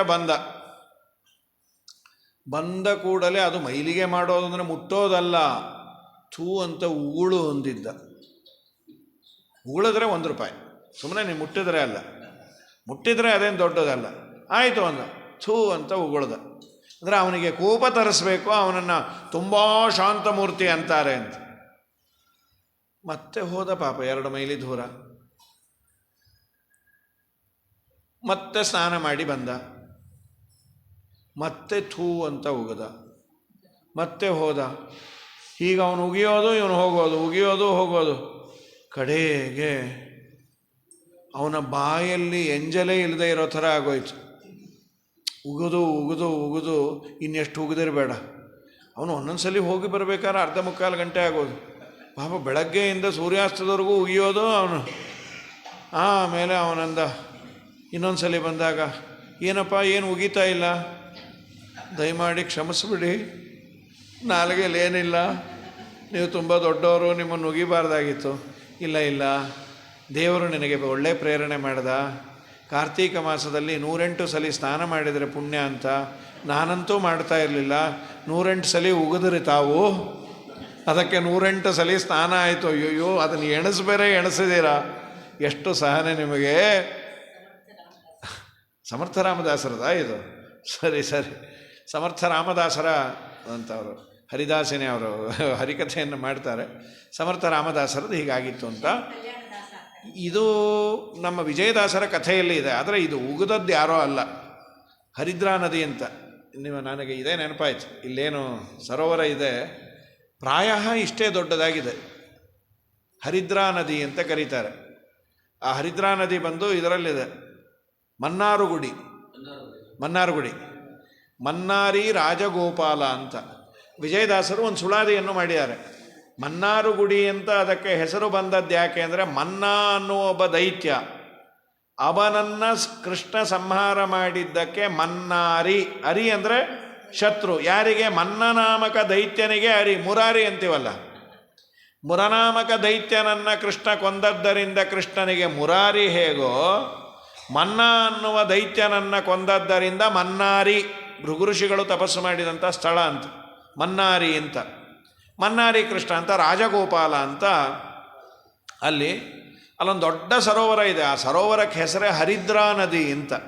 ಸಿಕ್ಕಾಪಟ್ಟೆ ದೊಡ್ಡದಾಗಿದೆ ಸರೋವರ. ಪ್ರಾಯ ಇದರಷ್ಟೋ ಇನ್ನೊಂಚೂರು ಚಿಕ್ಕದೋ ಗೊತ್ತಿಲ್ಲ. ಸರಿ, ಆ ಮನ್ನಾರುಗುಡಿಯಲ್ಲಿ ವಿಜಯದಾಸರು ನೋಡಿ, ವಿಜಯದಾಸರು ಭೃಗುಋಷಿಗಳ ಅವತಾರ. ಕೋಪ ಅಂದರೆ ಭೃಗುಋಷಿಗಳು ಅಂತೀವಿ. ವಿಜಯದಾಸರಾದಾಗ ಅಂಥ ಶಾಂತಮೂರ್ತಿ ಇನ್ಯಾರೂ ಇಲ್ಲೇ ಇಲ್ಲ ರೀ. ಸ್ನಾನ ಮಾಡಿ ಪೂಜೆಗೆ ಕುಳಿತರು. ಅವರೇನು ಮಡಿ ಅಂತ ವಸ್ತ್ರವನ್ನು ಹಾಕಿಕೊಂಡು ಬಂದಿದ್ದರು ಕಕ್ಷಪಾಳದಲ್ಲಿ, ಅದನ್ನು ಉಟ್ಕೊಂಡು ಕೂತಿಯಾರ. ಪೂಜೆ ಅರ್ಧ ಆಗಿದೆ. ಒಬ್ಬ ಹುಡುಗ ಬಂದು ಸ್ವಲ್ಪ ನೀರು ಸಿಡಿಸ್ಬಿಟ್ಟ. ಒಂದು ಮಾತು ಅನ್ನಲಿಲ್ಲ ವಿಜಯದಾಸರು. ಆ ಹುಡುಗ ಹೋಗ್ಬೇಕಾದ್ರೆ ಸಿಡಿದಿದ್ದಲ್ಲ, ಬಂದು ಇವ್ರ ಮುಂದೆ ಹೀಗೆ ಅಂದ್ಬಿಟ್ಟು ಹೋದ. ಸರಿ, ವಿಜಯದಾಸರು ಮತ್ತೆ ಹೋದರು. ಏನೂ ಅನ್ನಲಿಲ್ಲ ಹುಡುಗನಿಗೆ, ಏನೋ ತುಂಟಾಟ ಮಾಡಿದೆ ಅಂತ. ಸ್ನಾನ ಮಾಡಿ ಮತ್ತೆ ಪಾಪ ಒದ್ದೆ ಉಟ್ಕೊಂಡು ಕೂತರು ಪೂಜೆಗೆ. ಈ ಬಾರಿ ಇನ್ನೊಂದು 10 ನಿಮಿಷಕ್ಕೆ ಅದೇ ಹುಡುಗ ಬಂದು ಒಂದು ತಮ್ಗೆ ನೀರು ಹಾಕ್ಬಿಟ್ಟು ಹೋದ. ಹೀಗಂದರೆ ಏನೋ ಸರಿ, ಒಂದು ತಮ್ಗೆ ನೀರು ತೊಗೊಂಬಂದು ಇವ್ರ ಮೇಲೆ ಹಾಕ್ಬಿಟ್ಟು ಹೋದ. ವಿಜಯದಾಸರಂದರು, ಕೂಸು, ಆಮೇಲೆ ನಿನ್ನ ಜೊತೆ ಆಟಕ್ಕೆ ಬರ್ತೀನಪ್ಪ, ದೇವ್ರ ಪೂಜೆ ಮಾಡ್ತಾಯಿದ್ದೀನಿ, ಹೀಗೆ ಅಂದ್ಬಿಟ್ಟು ಹೊಟ್ಟೋಯ್ತದು ಆ ಕೂಸು. ಮತ್ತೆ ಸ್ನಾನ ಮಾಡಿ ಬಂದರು. ಅದೇ ಹುಡುಗ ಮೊದಲನೇ ಸಲ ನೀರು ಸಿಡಿಸ್ದ, 2ನೇ ಸಲ ತಮ್ಗೆಲ್ಲಿ ನೀರು ಹಾಕ್ದ, ಈ ಸಲ ಬಾಯಿ ತುಂಬ ನೀರು ತುಂಬ್ಕೊಂಬಂದು ಥೂ ಅಂತ ಉಳ್ಬಿಟ್ಟೋದ. ವಿಜಯದಾಸರಂದರು, ಇದೇನೋ ವಿಚಿತ್ರ ಆಸಾಮಿ ಇದ್ದಾಗಿದೆ, ಏನೋ ಒಂದು ವಿಚಿತ್ರ ಅನುಭವ ಆಯಿತಾ ನೀರು ಬಿದ್ದ ಮೇಲೆ. ಧ್ಯಾನಮಗ್ನರಾಗಿ ನೋಡಿದರೆ ಆ ಮನ್ನಾರಿ ಕೃಷ್ಣನೇ ಅಂತ ಬಂದದ್ದು. ತುಂಟ ಕೃಷ್ಣ ಬಂದು ಕಣ್ಣು ಮುಚ್ಚಿದಾಗ ಅಂಬೆಗಾಲಿಟ್ಕೊಂಡು ಗರ್ಭಗುಡಿಯಲ್ಲಿ ಹೊಟ್ಟೋಯ್ತು. ಅಳತಾ ಕೂತರು. ನಮ್ಮಪ್ಪ, ನಿನ್ನ ಪೂಜೆ ಮಾಡ್ತಾ ಇದ್ದಾಗ ನೀ ಬಂದ್ರೇ ಬೇಡ, ದೂರ ಹೋಗೋನಲ್ಲೋ, ಎಷ್ಟು ಪೆದ್ದ ನಾನು. ಸ್ವಾಮಿ, ನೀನು ಈ ಥರ ಟೀ ಶರ್ಟು ಚಡ್ಡಿ ಹಾಕೊಂಬಂದರೆ ಯಾವ ರೂಪ ಅಂತ ನಾನು ತಿಳ್ಕೊಳ್ಳೋ. ಏನೋ ನೀನು ಶಂಖಚಕ್ರ ಗದಾಪದ್ಮಧಾರಿಯಾಗಿ ಮಕರ ಕುಂಡಲವನ್ನು ಧಾರಣೆ ಮಾಡಿ ಅಂದರೆ ಸರಿ. ಆಗೊಂದು ಕೃತಿ ಮಾಡ್ಯ, ಮಾತನಾಡೈ ಮನ್ನಾರಿ ಕ್ರೇಟ, ದಾತನು ನೀನದು ನಿನ್ನ ಬೇಡಲು ಬಂದೆ, ಮಾತನಾಡೈ ಮನ್ನಾರಿ ಕೃಷ್ಣ. ತುಂಬ ಸುಂದರವಾಗಿದೆ ಆ ಕೃತಿ. ನನಗೆ ಪೂರ್ಣ ಅದು ಬಾಯಲ್ಲಿ ಬರೋದಿಲ್ಲ. ಸರಿ, ಚೆನ್ನಾಗಿ ಸ್ತೋತ್ರ ಮಾಡಿದ್ದಾರೆ. ಊರವ್ರಿಗೆಲ್ಲ ಗೊತ್ತಾಗೋಯ್ತು ಈ ಸುದ್ದಿ. ಏನು ಆನಂದವೋ, ಇವ್ರು ಯಾರು ಗೊತ್ತೇನ್ರಿ, ದೇವ್ರ ಕೈಲಿ ಉಗಿಸ್ಕೊಂಡವರು ಅಂತ. ಎಂಥ ಭಾಗ್ಯ ರೀ, ದೇವ್ರ ಕೈಲಿ ಉಗಿಸ್ಕೊಬೋದು ಅಂದರೆ ದೊಡ್ಡ ಭಾಗ್ಯವೇ. ದೇವರ ಬಾಯಿಂದ ಬಂದಂತಹ ನೀರೇ ತುಂಗಭದ್ರ. ವಾದರಾಜ ಸ್ವಾಮಿಗಳಂತಾರೆ, ಅಮ್ಮ ನೀನು ಯಾಕೆ ಅಷ್ಟು ರುಚಿ ಇದೆ ಅಂದರೆ ಬಾಯಿಂದ ಬಂದಲ್ಲೇ, ವರಾಹ ದೇವರ ಬಾಯಿಂದ, ಅದಕ್ಕೆ ಅಷ್ಟು ರುಚಿ ಅಂತಾರೆ ತುಂಗಭದ್ರ. ಹಾಗಾಗಿ ತುಂಗಭದ್ರೇತಿ ವರಾಹ ವದನೋದ್ಧೂತೆ ಶ್ರೀಶೈಲಂ ಪ್ರತಿಗಾಮಿನಿ. ಶ್ರೀಶೈಲಕ್ಕೆ ಹೋಗಿ ಸೇರ್ತಾಳೆ. ವರಾಹದೇವರ ಬಾಯಿಂದ ಬಂದದ್ದು ತುಂಬ ರುಚಿ ತುಂಗಭದ್ರಾ ನೀರು. ಮತ್ತು ಅಲ್ಲಿದ್ದು ಅಲ್ಲ, ಇದರಲ್ಲಿ ಭೀಮನ ಕಟ್ಟೆಯಲ್ಲಿ ಒಳ್ಳೆ ನೀರು. ಆದರೆ ಆ ನೀರು ನಮಗಾಗಲಿಲ್ಲ, ಕೆಟ್ಟು ಇದಿತ್ತು, ರಭಸ ಇತ್ತು, ಕೆಂಪಾಗಿ ಹರಿತಾ ಇತ್ತು ನದಿ ನೀರು. ಆ ಬೆಲ್ಟೆಲ್ಲ ತುಂಬ ಚೆನ್ನಾಗಿದೆ. ವರಾಹ ವದನೋದ್ಧೂತೆ ಶ್ರೀಶೈಲಂ ಪ್ರತಿಭಾಗಾಮಿನಿ ತುಂಗಭದ್ರೇತಿ ವಿಖ್ಯಾತೆ ಗೃಹಾಣಾರ್ಘ್ಯಂ ನಮೋಸ್ತುತೆ ಅಂತ. ತುಂಗಭದ್ರಾ ಅವರ ಬಾಯಿಂದಾನೆ ಬಂದಿದ್ದು. ಇವರು ಉಗಿಸ್ಕೊಂಡಿದ್ದರಿಂದ ಊರಿಗೆಲ್ಲ ಸುದ್ದಿ ಆಯಿತು, ಇವರು ದೇವರ ಹತ್ರ ಉಗಿಸ್ಕೊಂಡವ್ರು. ಅದು ದೊಡ್ಡ ಭಾಗ್ಯನೇ ರೀ. ಕಂಡವ್ರ ಕೈಲೆಲ್ಲ ಉಗಿದು ಉಪ್ಪಿನಕಾಯಿ ಹಾಕಿಸ್ಕೋತಾ ಇರ್ತೀವಿ. ಸರ್ವೋತ್ತಮನಾದ ದೇವರು ಸ್ವಾಮಿ, ನೀವು ದಯಮಾಡಿ ನಮಗೆ ಇಲ್ಲಿಯ ಇತಿಹಾಸವನ್ನು ಹೇಳಿ ಎಂದಾಗ, ಅವತ್ತು ರಾತ್ರಿ ಹರಿಕಥೆಯಲ್ಲಿ ವಿಜಯದಾಸರು ಆ ಮನ್ನಾರು ಗುಡಿ ಅಂತ ಯಾಕೆ ಹೆಸರು ಬಂತು, ಆ ಮನ್ನನಾಮಕ ದೈತ್ಯ ಯಾರು, ಅದನ್ನೆಲ್ಲ ಒಂದು ಸುಳಾದಿ ಮಾಡ್ಯಾರ. ಒಂದು ಸುಳಾದಿಯಲ್ಲೇ ಅಷ್ಟು ಮಾಹಿತಿಯನ್ನು ಸುಳಾದಿಯನ್ನು ಮಾಡಿ ಅದರ ಅರ್ಥವನ್ನು ಹೇಳಿದಂತಹ ಮಹಾನುಭಾವರು. ದೇವರ ಬಾಯಲ್ಲಿ ಉಗಿಸಿಕೊಳ್ಳೋದು ಅಂದರೆ ಅದೊಂದು ದೊಡ್ಡ ಭಾಗ್ಯ. ಹೇಳಲಿಕ್ಕೆ ಬಂದದ್ದು, ಕೆಟ್ಟತನ ಇರೋರು ಬೇರೆ ಬೇರೆ ರೀತಿ ಮಾಡ್ತಾರೆ. ಕೆಲವೊಮ್ಮೆ ಅದು ಬ್ಲೆಸ್ಸಿಂಗ್ ಇನ್ ಡಿಸ್ಗೈಸ್. 108 ಬಾರಿ ಆ ಸಮರ್ಥ ರಾಮದಾಸರಿಗೆ ಉಗಿದದ್ದು 108 ಸ್ನಾನ ಆಯಿತು ಅಂತ. ಹನುಮಂತ ದೇವರ ಸುದ್ದಿಗೆ ಬಂದರೆ ಹನುಮಂತ ದೇವರಂದ್ರೆ, ಮಗನೇ ನಾನು ಇಷ್ಟೇ ಮಾಡೋದು ಅಂತ ಬೆಂಕಿ ಹಚ್ಚಿದ್ರು. ಉರಿತಾ ಇದೆ. ಆಮೇಲೆ ಅಂದ್ಕೊಂಡ್ರು, ಎಂಥ ಕೆಲಸ ಮಾಡಿದೆ ಸೀತಮ್ಮನ, ನಾನು ತಾಳ್ಮೆ ಇಲ್ಲದೆ ಇದೆಲ್ಲ ಮಾಡಿಬಿಟ್ರೆ. ತಾಳ್ಮೆಯಿಂದ ತುಂಬ ಪುಣ್ಯ ಇದೆ. ದೇವರು ನಮ್ಮ ಕರ್ಮಾನುಸಾರವಾಗಿ ತೊಂದರೆ ಕೊಟ್ಟಿರ್ತಾನೆ. ಆಗ ದೇವರನ್ನು ಗುರುಗಳನ್ನು ಬೈದೆ, ಸ್ವಾಮಿ ತಡೆದುಕೊಳ್ಳುವ ಶಕ್ತಿಯನ್ನು ಕೊಡು ಅಂದರೆ ದೇವರು ಅದರ ಇಂಟೆನ್ಸಿಟಿಯನ್ನು ಕಮ್ಮಿ ಮಾಡ್ತಾನಂತೆ. ಆಚಾರ್ಯರು ಭಾಗವತ ತಾತ್ಪರ್ಯದಲ್ಲಿ ಬರೀತಾರೆ, ದಂಡೋಪಿ ಭಗವಚ್ಚೀರ್ಣೋ ಮಮೈಷೋ ಅನುಗ್ರಹ ಕೃತಃ. ಪ್ರಸಂಗ ಯಾವುದು ಅಂದರೆ, ದೇವರು ನರ್ತನ ಮಾಡಿದ, ಕಾಲಿಂಗವರ್ಧನ, ರಕ್ತ ವಾಂತಿ, ಆ ಹಾವು ಮಾಡ್ತಾ ಇದೆ. ನಾಗಪತ್ನಿಯರು ಬಂದು ಕೃಷ್ಣನ ಬೈಲಿಲ್ಲ. ನಮ್ಮಪ್ಪ ನೀ ಮಾಡಿದ್ದೆ ಒಳ್ಳೆಯದು. ಅವರು ತುಂಬ ಅದ್ಭುತವಾದ ಸ್ತೋತ್ರ ಮಾಡ್ಯಾರ. ನ್ಯಾಯೋ ಹಿ ದಂಡ ಕೃತಕಿಲ್ಬಿಷೇಸ್ಮಿನ್ ತವಾವತಾರ ಖಲ ನಿಗ್ರಹಾಯ ರಿಪೋಸ್ಸುತಾನಾಮಪಿ ತುಲ್ಯ ದೃಷ್ಟೇ ದತ್ಸೇಧಮಂ ಫಲಮೇವಾನುಶಂಸ್ಯಂ. ನ್ಯಾಯೋ ಹಿ ದಂಡ, ನೀನು ದಂಡನೆ ಮಾಡಿದ್ದು ನ್ಯಾಯವೇ. ಯಾಕೆ? ನಿನ್ನ ಅವತಾರವೇ ದುಷ್ಟ ಶಿಕ್ಷಣಕ್ಕಾಗಿ. ನನ್ನ ಯಜಮಾನನೂ ದುಷ್ಟನೇ. ಆದರೆ ಒಂದೇ ಒಂದು, ನಮ್ಮ ಯಜಮಾನರು ಏನು ಪುಣ್ಯ ಮಾಡಿದ್ರು? ಯಾಕಮ್ಮ ಇಷ್ಟೊತ್ತು ಅವ್ರ ತಲೆ ಮೇಲೆ ನಿನ್ನ ಪಾದ ಇಟ್ಟೆಲ್ಲೋ? ಇದು ದೊಡ್ಡ ಭಾಗ್ಯ. ಕಸ್ಯಾನುಭಾವೋಸ್ಯ ನ ದೇವ ವಿದ್ಮಹೆ ತವಾಂಗ್ರೇಣು ಸ್ಪರ್ಶಾಧಿಕಾರ. ನಿನ್ನ ಪಾದಧೂಳನ್ನು ಮುಟ್ಟುವ ಭಾಗ್ಯ ಎಲ್ಲಿಂದ ಬಂತು? ಚೆಂಡು ತರುವನೆ ಪದಿ ಕಾಳಿಂಗನು ದಂಡ ಮಾಡುವ ಧುಮುಕಿ.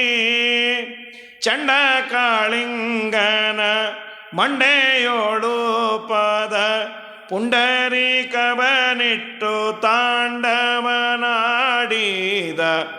ಎಂಥ ಪಾವನ ಪಾದವೋ ರಂಗಯ್ಯ, ಇನ್ನೆಂಥ ಚೆಲುವ ಪಾದವೋ ಕೃಷ್ಣಯ್ಯ, ಇನ್ನೆಂಥ ಚೆಲುವ ಪಾದವೋ. ದೊಡ್ಡ ಭಾಗ್ಯ. ದೇವರ ಪಾದ 3 ಗಂಟೆ ಆ ತಲೆ ಮೇಲೆ ಇಡಬೇಕು ಅಂದರೆ ಏನು ನಿಲ್ಲಿಸ್ಲೇವಲ್ಲ ದೇವರು. ವಾದರಾಜರಂತಾರೆ, ದೇವರು ತುಂಬ ಇಷ್ಟವಾದಂಥ ಪ್ರೋಗ್ರಾಮ್ ಅಂತದು. ಬ್ರಹ್ಮದೇವರು ಮೃದಂಗ ಬಾರಿಸ್ತಾರೆ, ಆ ಕಡೆ ಇನ್ನೊಬ್ಬ ಒಳ್ಳೆ ಗಾನ ಮಾಡ್ತಾರೆ, ರುದ್ರದೇವರು ತಾಳ ಹಾಕ್ತಾರೆ. ಈ ದೇವತೆಗಳೆಲ್ಲ ಒನ್ಸ್ ಮೋರ್ ಅಂತಾರೆ. ಡೊಳ್ಳಿನ ಮೇಲ್ಕೈಯ ಭರಮಪ್ಪ ಹಾಕ್ಯಾನು ಶಿವಪ್ಪ ತಾಳವ ಕುಟ್ಟಾನ್ ಮ್ಯಾಲ್ ಒಳ್ಳೊಳ್ಳೆ ಪದಗಳ ಹನುಮಪ್ಪ ಹಾಡ್ಯಾನು ಚಲವ ಕನಕಪ್ಪ ಕುಣದಾನ್ ಮ್ಯಾಲ್ ದೇವಿ ನಮ್ಮ ದ್ಯಾವರು ಬಂದರೆ ಬನ್ನೀರೆ ನೋಡ ಬನ್ನೀರೆ ಬನ್ನೀರೆ ನೋಡ ಬನ್ನೀರೆ ಕರಿಯ ಹೊಳೆಯಲ್ಲಿ ತುರುಗಾಗಳ ಕಾಯುತ್ತಾ ಉರಗಾನ ಹೆಡಮ್ಯಾಲ್ ಧುಮುಕಾನ್ ಮ್ಯಾಲ್ ಉರಗಾನ ಹೆಡಮೇಲೆ ಹಾರಾಡಿ ಕುಣಿವಾಗ ನಾರೇರಿ ವರವಾನ್ ಇತ್ತಾನ್ ಮ್ಯಾಲ್ ದೇವಿ ನಮ್ಮ ದ್ಯಾವರು ಬಂದರೆ ಬನ್ನೀರೆ ನೋಡ ಬನ್ನೀರೆ ಅನೀನದತ್ ಪದ್ಮಭವೋ ಮೃದಂಗಂ. ಇದು ರಾಜರು ಕೊಟ್ಟ ಚಿತ್ರಣ ಇದು. ಅದನ್ನೇ ಕನಕದಾಸರು ಕನ್ನಡದಲ್ಲಿ ಮಾಡಿದ್ದು.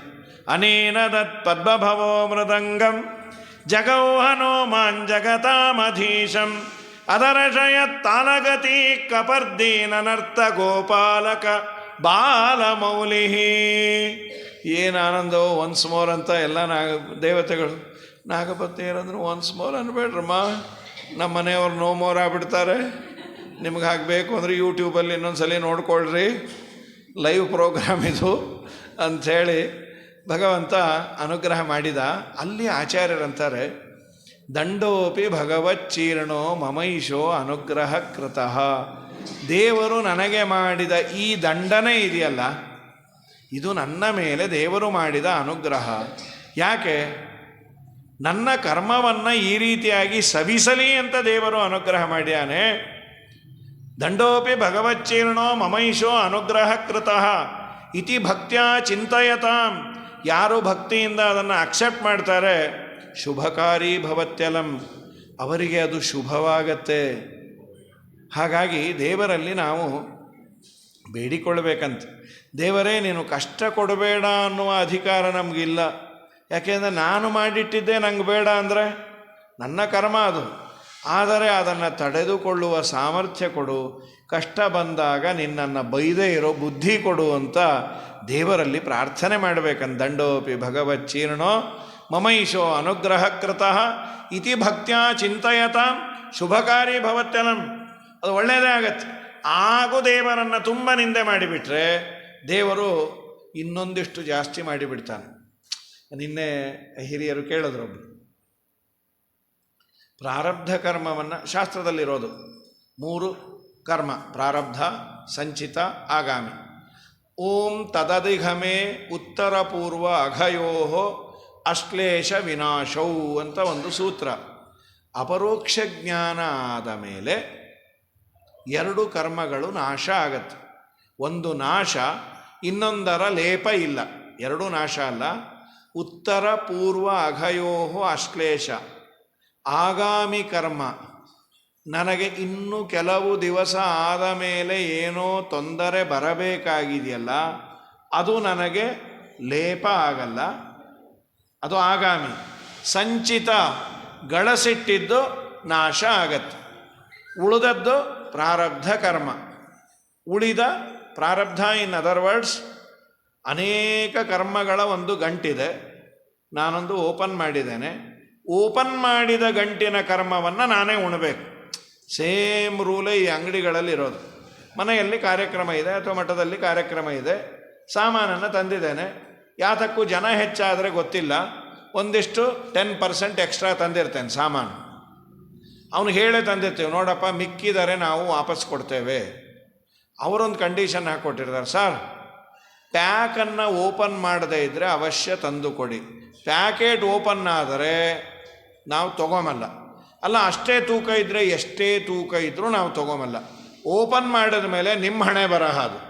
ಇದು ದೇವರ ವ್ಯವಸ್ಥೆ. ಇದು ಪ್ರಾರಬ್ಧ ಕರ್ಮ ಅಂದರೆ ಯಾವ ಕರ್ಮವನ್ನು ನಾನು ಅನುಭವಿಸಲಿಕ್ಕೆ ಓಪನ್ ಮಾಡಿದ್ದೇನೆ ಆ ಕರ್ಮವನ್ನು ನಾನು ಉಣಲೇಬೇಕು. ಇಲ್ಲಿ ಪ್ರಶ್ನೆ ಏನು ಅಂದರೆ, ಅವಶ್ಯಮೇವ ಭೋಕ್ತವ್ಯಂ. ಪ್ರಾರಬ್ಧ ಕರ್ಮದಲ್ಲಿ ಸುಖನೂ ಇದೆ. ಪ್ರಾರಬ್ಧ ಅಂದರೆ ಆರಬ್ಧ ಅಂತ, ಶುರು ಮಾಡಿರುವುದು. ಶುರು ಮಾಡಿರುವ ಕರ್ಮವನ್ನು ನಾನು ಅನುಭವಿಸಲೇಬೇಕು. ಯಾವ ಗಂಟನ್ನು ಬಿಚ್ಚಿದೇನೋ ಅದರಲ್ಲಿ ಸುಖವೂ ಇದೆ, ದುಃಖವೂ ಇದೆ. ನನ್ನ ಕರ್ಮಾನುಸಾರವಾಗಿ ತುಂಬ ದುಃಖ ಇದೆ ಅಂತ ತಿಳಿದುಕೊಳ್ಳುವ. ಈ ದುಃಖ ಇದ್ದಾಗ ಅದನ್ನು ಅನುಭವಿಸಲೇಬೇಕು ಅನ್ನೋದೇ ದೇವರ ನಿರ್ಧಾರ ಆದ ಮೇಲೆ ನಾನು ಈ ತೀರ್ಥ ಯಾತ್ರೆ, ಗಂಗಾ ಸ್ನಾನ, ಇನ್ನೇನೋ ವ್ರತ ನಿಯಮ ಇದನ್ನೆಲ್ಲ ಮಾಡೋದರಿಂದ ಏನು ಪ್ರಯೋಜನ? ವೇಸ್ಟ್ ಅಲ್ವಾ? ಯಾಕೆಂದರೆ ಅದನ್ನು ಅನುಭವಿಸಲೇಬೇಕಲ್ವಾ? ಅನುಭವಿಸಲೇಬೇಕು ಅನ್ನೋದು ಗ್ಯಾರಂಟಿ ಆದಾಗ ಸುಮ್ಮನೆ ತಣ್ಣಗಾದರೂ ಇರೋಣ. ಯಾವನು ಹೇಳಿದ್ದ ಏಕಾದಶಿ ಮಾಡು, ಚಾತುರ್ಮಾಸ ಮಾಡು, ಮಡಿ ಮಡಿ ಮಡಿ ಅಂತ ಒದ್ದಾಡು?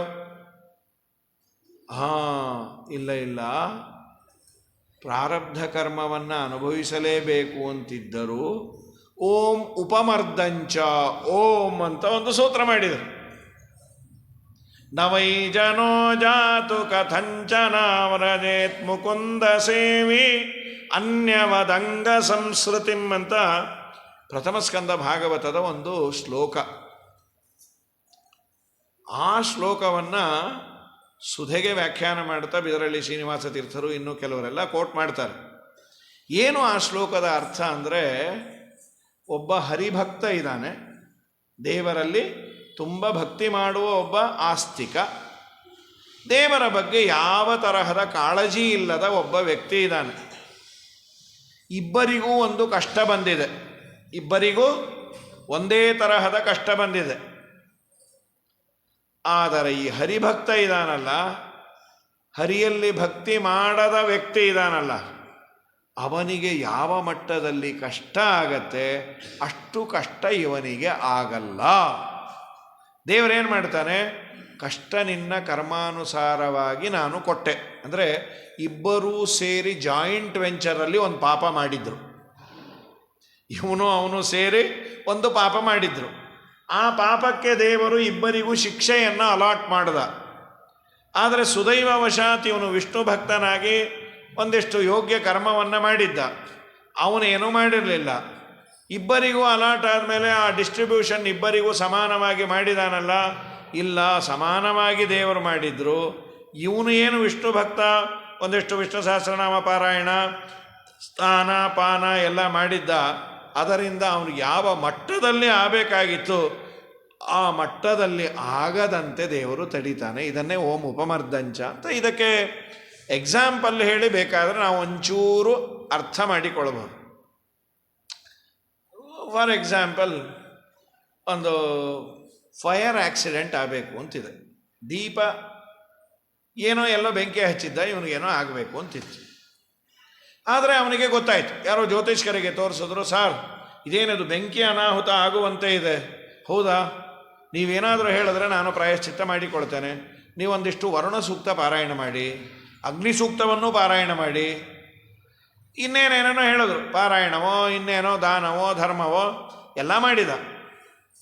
ಹೆಡ್ ಆಫ್ ಅಕೌಂಟ್ ಏನಿದೆಯಲ್ಲ, ಫೈರ್ ಆಕ್ಸಿಡೆಂಟ್, ಅದನ್ನು ದೇವರೆಂದೂ ಚೇಂಜ್ ಮಾಡೋದಿಲ್ಲ, ಅದು ಪ್ರಾರಬ್ಧವೇ. ಮತ್ತು ಇವನಿಗೆ 60% ಸುಡಬೇಕಾಗಿತ್ತು ಅಂತಿತ್ತಲ್ಲ, ಈ ದೇವರ ಆರಾಧನೆ ಆ ಮೆಡಿಸನ್ಸ್ ರೂಪದಲ್ಲಿ ಇವನೇನೇನು ಎಲ್ಲ ಮಾಡಿದ, ಆ ಸುಡೋ ಹೆಡ್ಡಿಂಗು ಅದೇ ಇತ್ತು. ಇವನಿಗೊಂಚೂರು ಒಂದು 10% ಸುಡೋ ಥರ ಮಾಡ್ದ.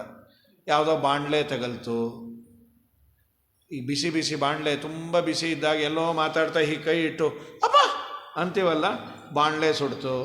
ಇನ್ನೇನೋ ಮಂಗಳಾರತಿ ತೊಗೋಬೇಕಾದ್ರೆ ಕೈ ಸುಡ್ತು.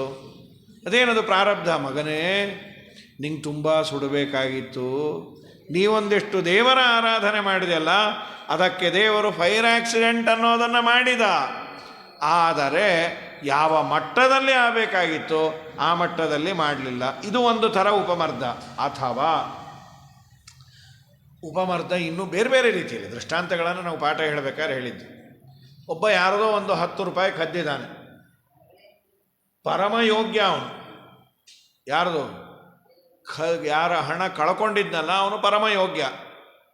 ಅವನಿಗೆ 10 ರೂಪಾಯಿ ಲಾಸ್ ಅಲ್ಲ, ಆದರೆ ಹೋಯಿತು, ಯಾರೋ ಕೊಟ್ಟಿದ್ದು ದೊಡ್ಡವರು, ಬೇಜಾರಾಗಿತ್ತು. ಈ ಕದ್ದ ಮನೆಗೆ ದೇವರು ಕಾಂಪೌಂಡ್ ಇಂಟ್ರೆಸ್ಟು ಹಾಕಿ 1 ಲಕ್ಷ ರೂಪಾಯಿ ಕಳೆಯೋದು ಅಂತ ಅವನ ಹಣೆಯಲ್ಲಿ ಬರೆದುಬಿಟ್ಟ.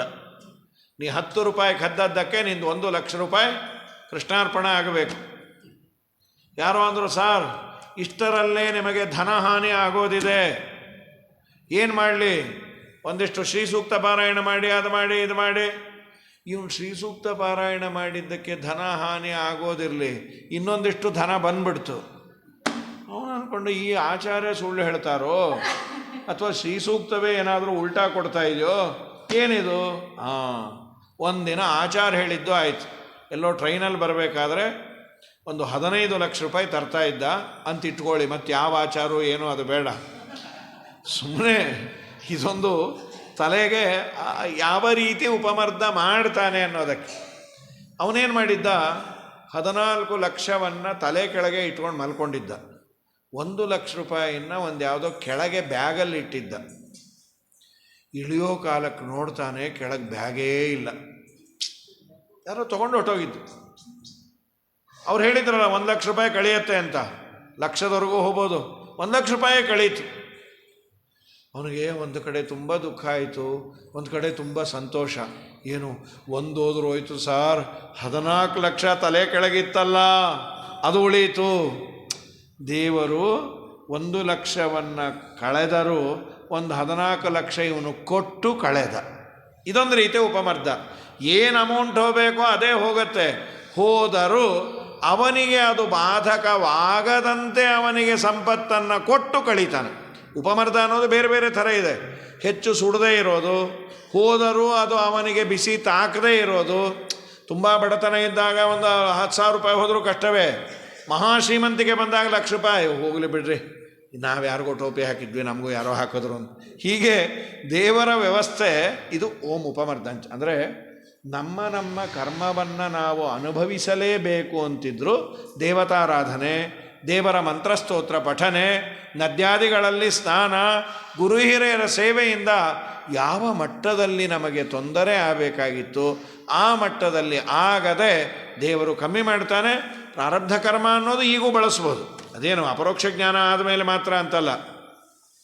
ಎನ್ನವರ ನವೈ ಜನೋ ಜಾತು ಕಥಂಚನ ವ್ರಜೇತ್ ಮುಕುಂದ ಸೇವೆ ಅನ್ನುವ ಶ್ಲೋಕಕ್ಕೆ ವ್ಯಾಖ್ಯಾನ ಮಾಡ್ತಾ ಯಾದವಾರ್ಯರು ಈ ಪ್ರಶ್ನೆಯನ್ನು ಮಾಡಿಕೊಂಡ್ಯಾರು. ಅಲ್ಲಪ್ಪ, ಇದು ಅಪರೋಕ್ಷ ಜ್ಞಾನಿಗಳಿಗಲ್ವಾ? ಇಲ್ಲ ಇಲ್ಲ, ಅಪರೋಕ್ಷ ಜ್ಞಾನಿಗಳಿಗೆ, ಯಾರಿಗೆ ಅಪರೋಕ್ಷ ಜ್ಞಾನ ಆಗಿಲ್ಲ ಅವರ ಕರ್ಮವನ್ನೇ ದೇವರು ಅವನ ಆರಾಧನೆಯಿಂದ ಕಮ್ಮಿ ಮಾಡ್ತಾನೆ ಅಂದಮೇಲೆ ಇನ್ನು ಅಪರೋಕ್ಷ ಜ್ಞಾನಿಗಳ ಬಗ್ಗೆ ಹೇಳೋದೇನು ಅಂತ ಕೈಮುತ್ಯವನ್ನು ಬರೆದ್ಯಾರಲ್ಲಿ. ಆ ಶ್ಲೋಕಕ್ಕೆ ವ್ಯಾಖ್ಯಾನ ಮಾಡ್ತಾ ಮುಖ್ಯವಾಗಿ ಹೇಳಿದ್ದು, ನಾವು ಮಾಡುವ ದೇವರ ವ್ಯಾಪಾರ ವ್ಯರ್ಥ ಅಲ್ಲ. ನಂಬಿ ಕೆಟ್ಟವರಿಲ್ಲವೋ ರಂಗಯ್ಯನ ನಂಬದೆ ಕೆಟ್ಟರೆ ಕೆಡಲಿ, ಅವನ ಅನುಗ್ರಹವನ್ನು ಮಾಡ್ತಾನೆ. ಇಷ್ಟೆಲ್ಲ ಆಯ್ತು.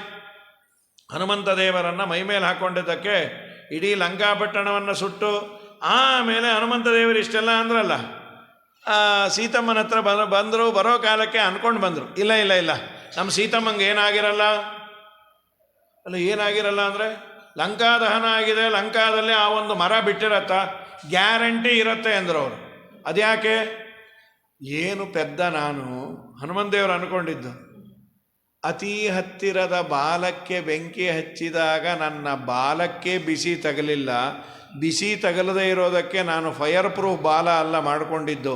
ಶ್ರೀರಾಮ ಶ್ರೀರಾಮ ಶ್ರೀರಾಮ ಶ್ರೀರಾಮ ಜಯ ರಾಮ ಶ್ರೀರಾಮ ಜಯ ರಾಮ, ರಾಮನಾಮ ಸ್ಮರಣೆ ಮಾಡಿದ ನನಗೇ ಬಾಲಕ್ಕೆ ಬಿಸಿ ಹತ್ತಿಲ್ಲ ಅಂದಮೇಲೆ ಸದಾ ರಾಮನ ಹೃದಯದಲ್ಲೇ ಇರುವ ನಮ್ಮ ಸೀತಮ್ಮನಿಗೆ ಎಲ್ಲಾದರೂ ಬಿಸಿ ಹತ್ತತ್ತ? ನಾನು ಎಂಥ ಪೆದ್ದ ಅಂತ ಸೆಲ್ಫ್ ಜಸ್ಟಿಫಿಕೇಷನ್ ಮಾಡಿಕೊಂಡು ಮತ್ತೆ ಅಲ್ಲಿ ಬಂದರು. ಅಮ್ಮ ಸೀತಮ್ಮ, ನೀವು ಬಾಗುನ್ನಾನು ನಾಯನ, ಚೆನ್ನಾಗಿದ್ದೀನಿ. ಅಲ್ಲ, ಬಿಸಿ ನಿಂಗೇನು ಹತ್ತಿಲ್ಲ? ಯಾವ ಬಿಸಿ ಅಂದರು. ಇಲ್ಲೆಲ್ಲ ಸುಡ್ತಾಯಿತ್ತು. ನಿಂಗೇನಾಗಿಲ್ವ ಕೂಸು? ಇಲ್ಲ, ಪೌಮಾನ ಹೋಮ ಮುಗೀತು, ಪೂರ್ಣಾಹುತಿ ಆಯಿತು, ನಾನು ಹೋಗಿ ಬರ್ತೇನೆ. ಓ ಆಯಿತು ಕಂದ. ನಿನ್ನ ಬಾಲಕ್ಕೇನೋ ಬೆಂಕಿ ಹಚ್ಚಿದ್ರು ಅಂದರು. ಇಲ್ಲೇ ನಮ್ಮಮ್ಮ ದೀಪೋತ್ಸವ ಕಾರ್ತೀಕದ್ದು ಮಾಡಿರಲಿಲ್ಲ, ನಾನು ಬತ್ತಿನೂ ತಂದಿರಲಿಲ್ಲ.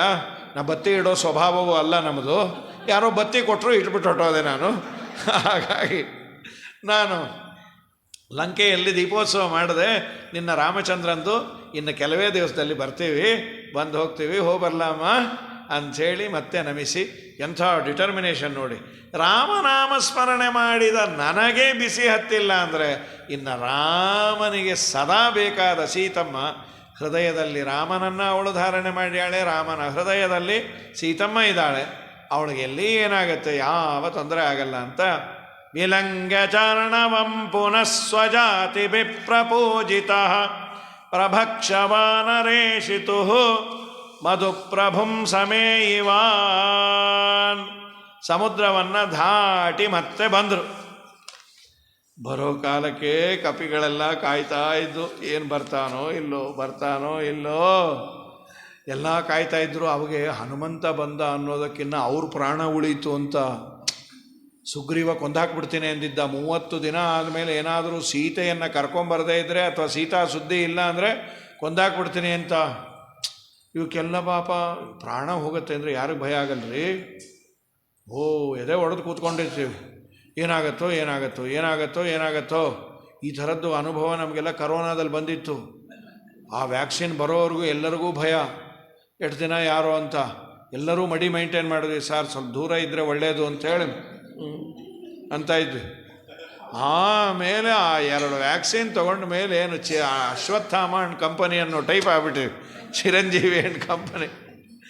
ಅದಕ್ಕೆ ಅದರಲ್ಲಿ ಬೇರೆ ಈ ಪಾಪಿಗಳ ವ್ಯಾಕ್ಸಿನ್ ಬರೋ ಮುಂಚೆ ಒಂದು ಹೆದರಿಸಿದ್ರು ವಾಟ್ಸಾಪಲ್ಲಿ, ಅದಕ್ಕೆ 5,000 ಆಗುತ್ತೆ 6,000 ಸರಿ ಹಾಳಾಗೋಲಿ ತೊಗೊಂಬೋಣ ಅಂತ.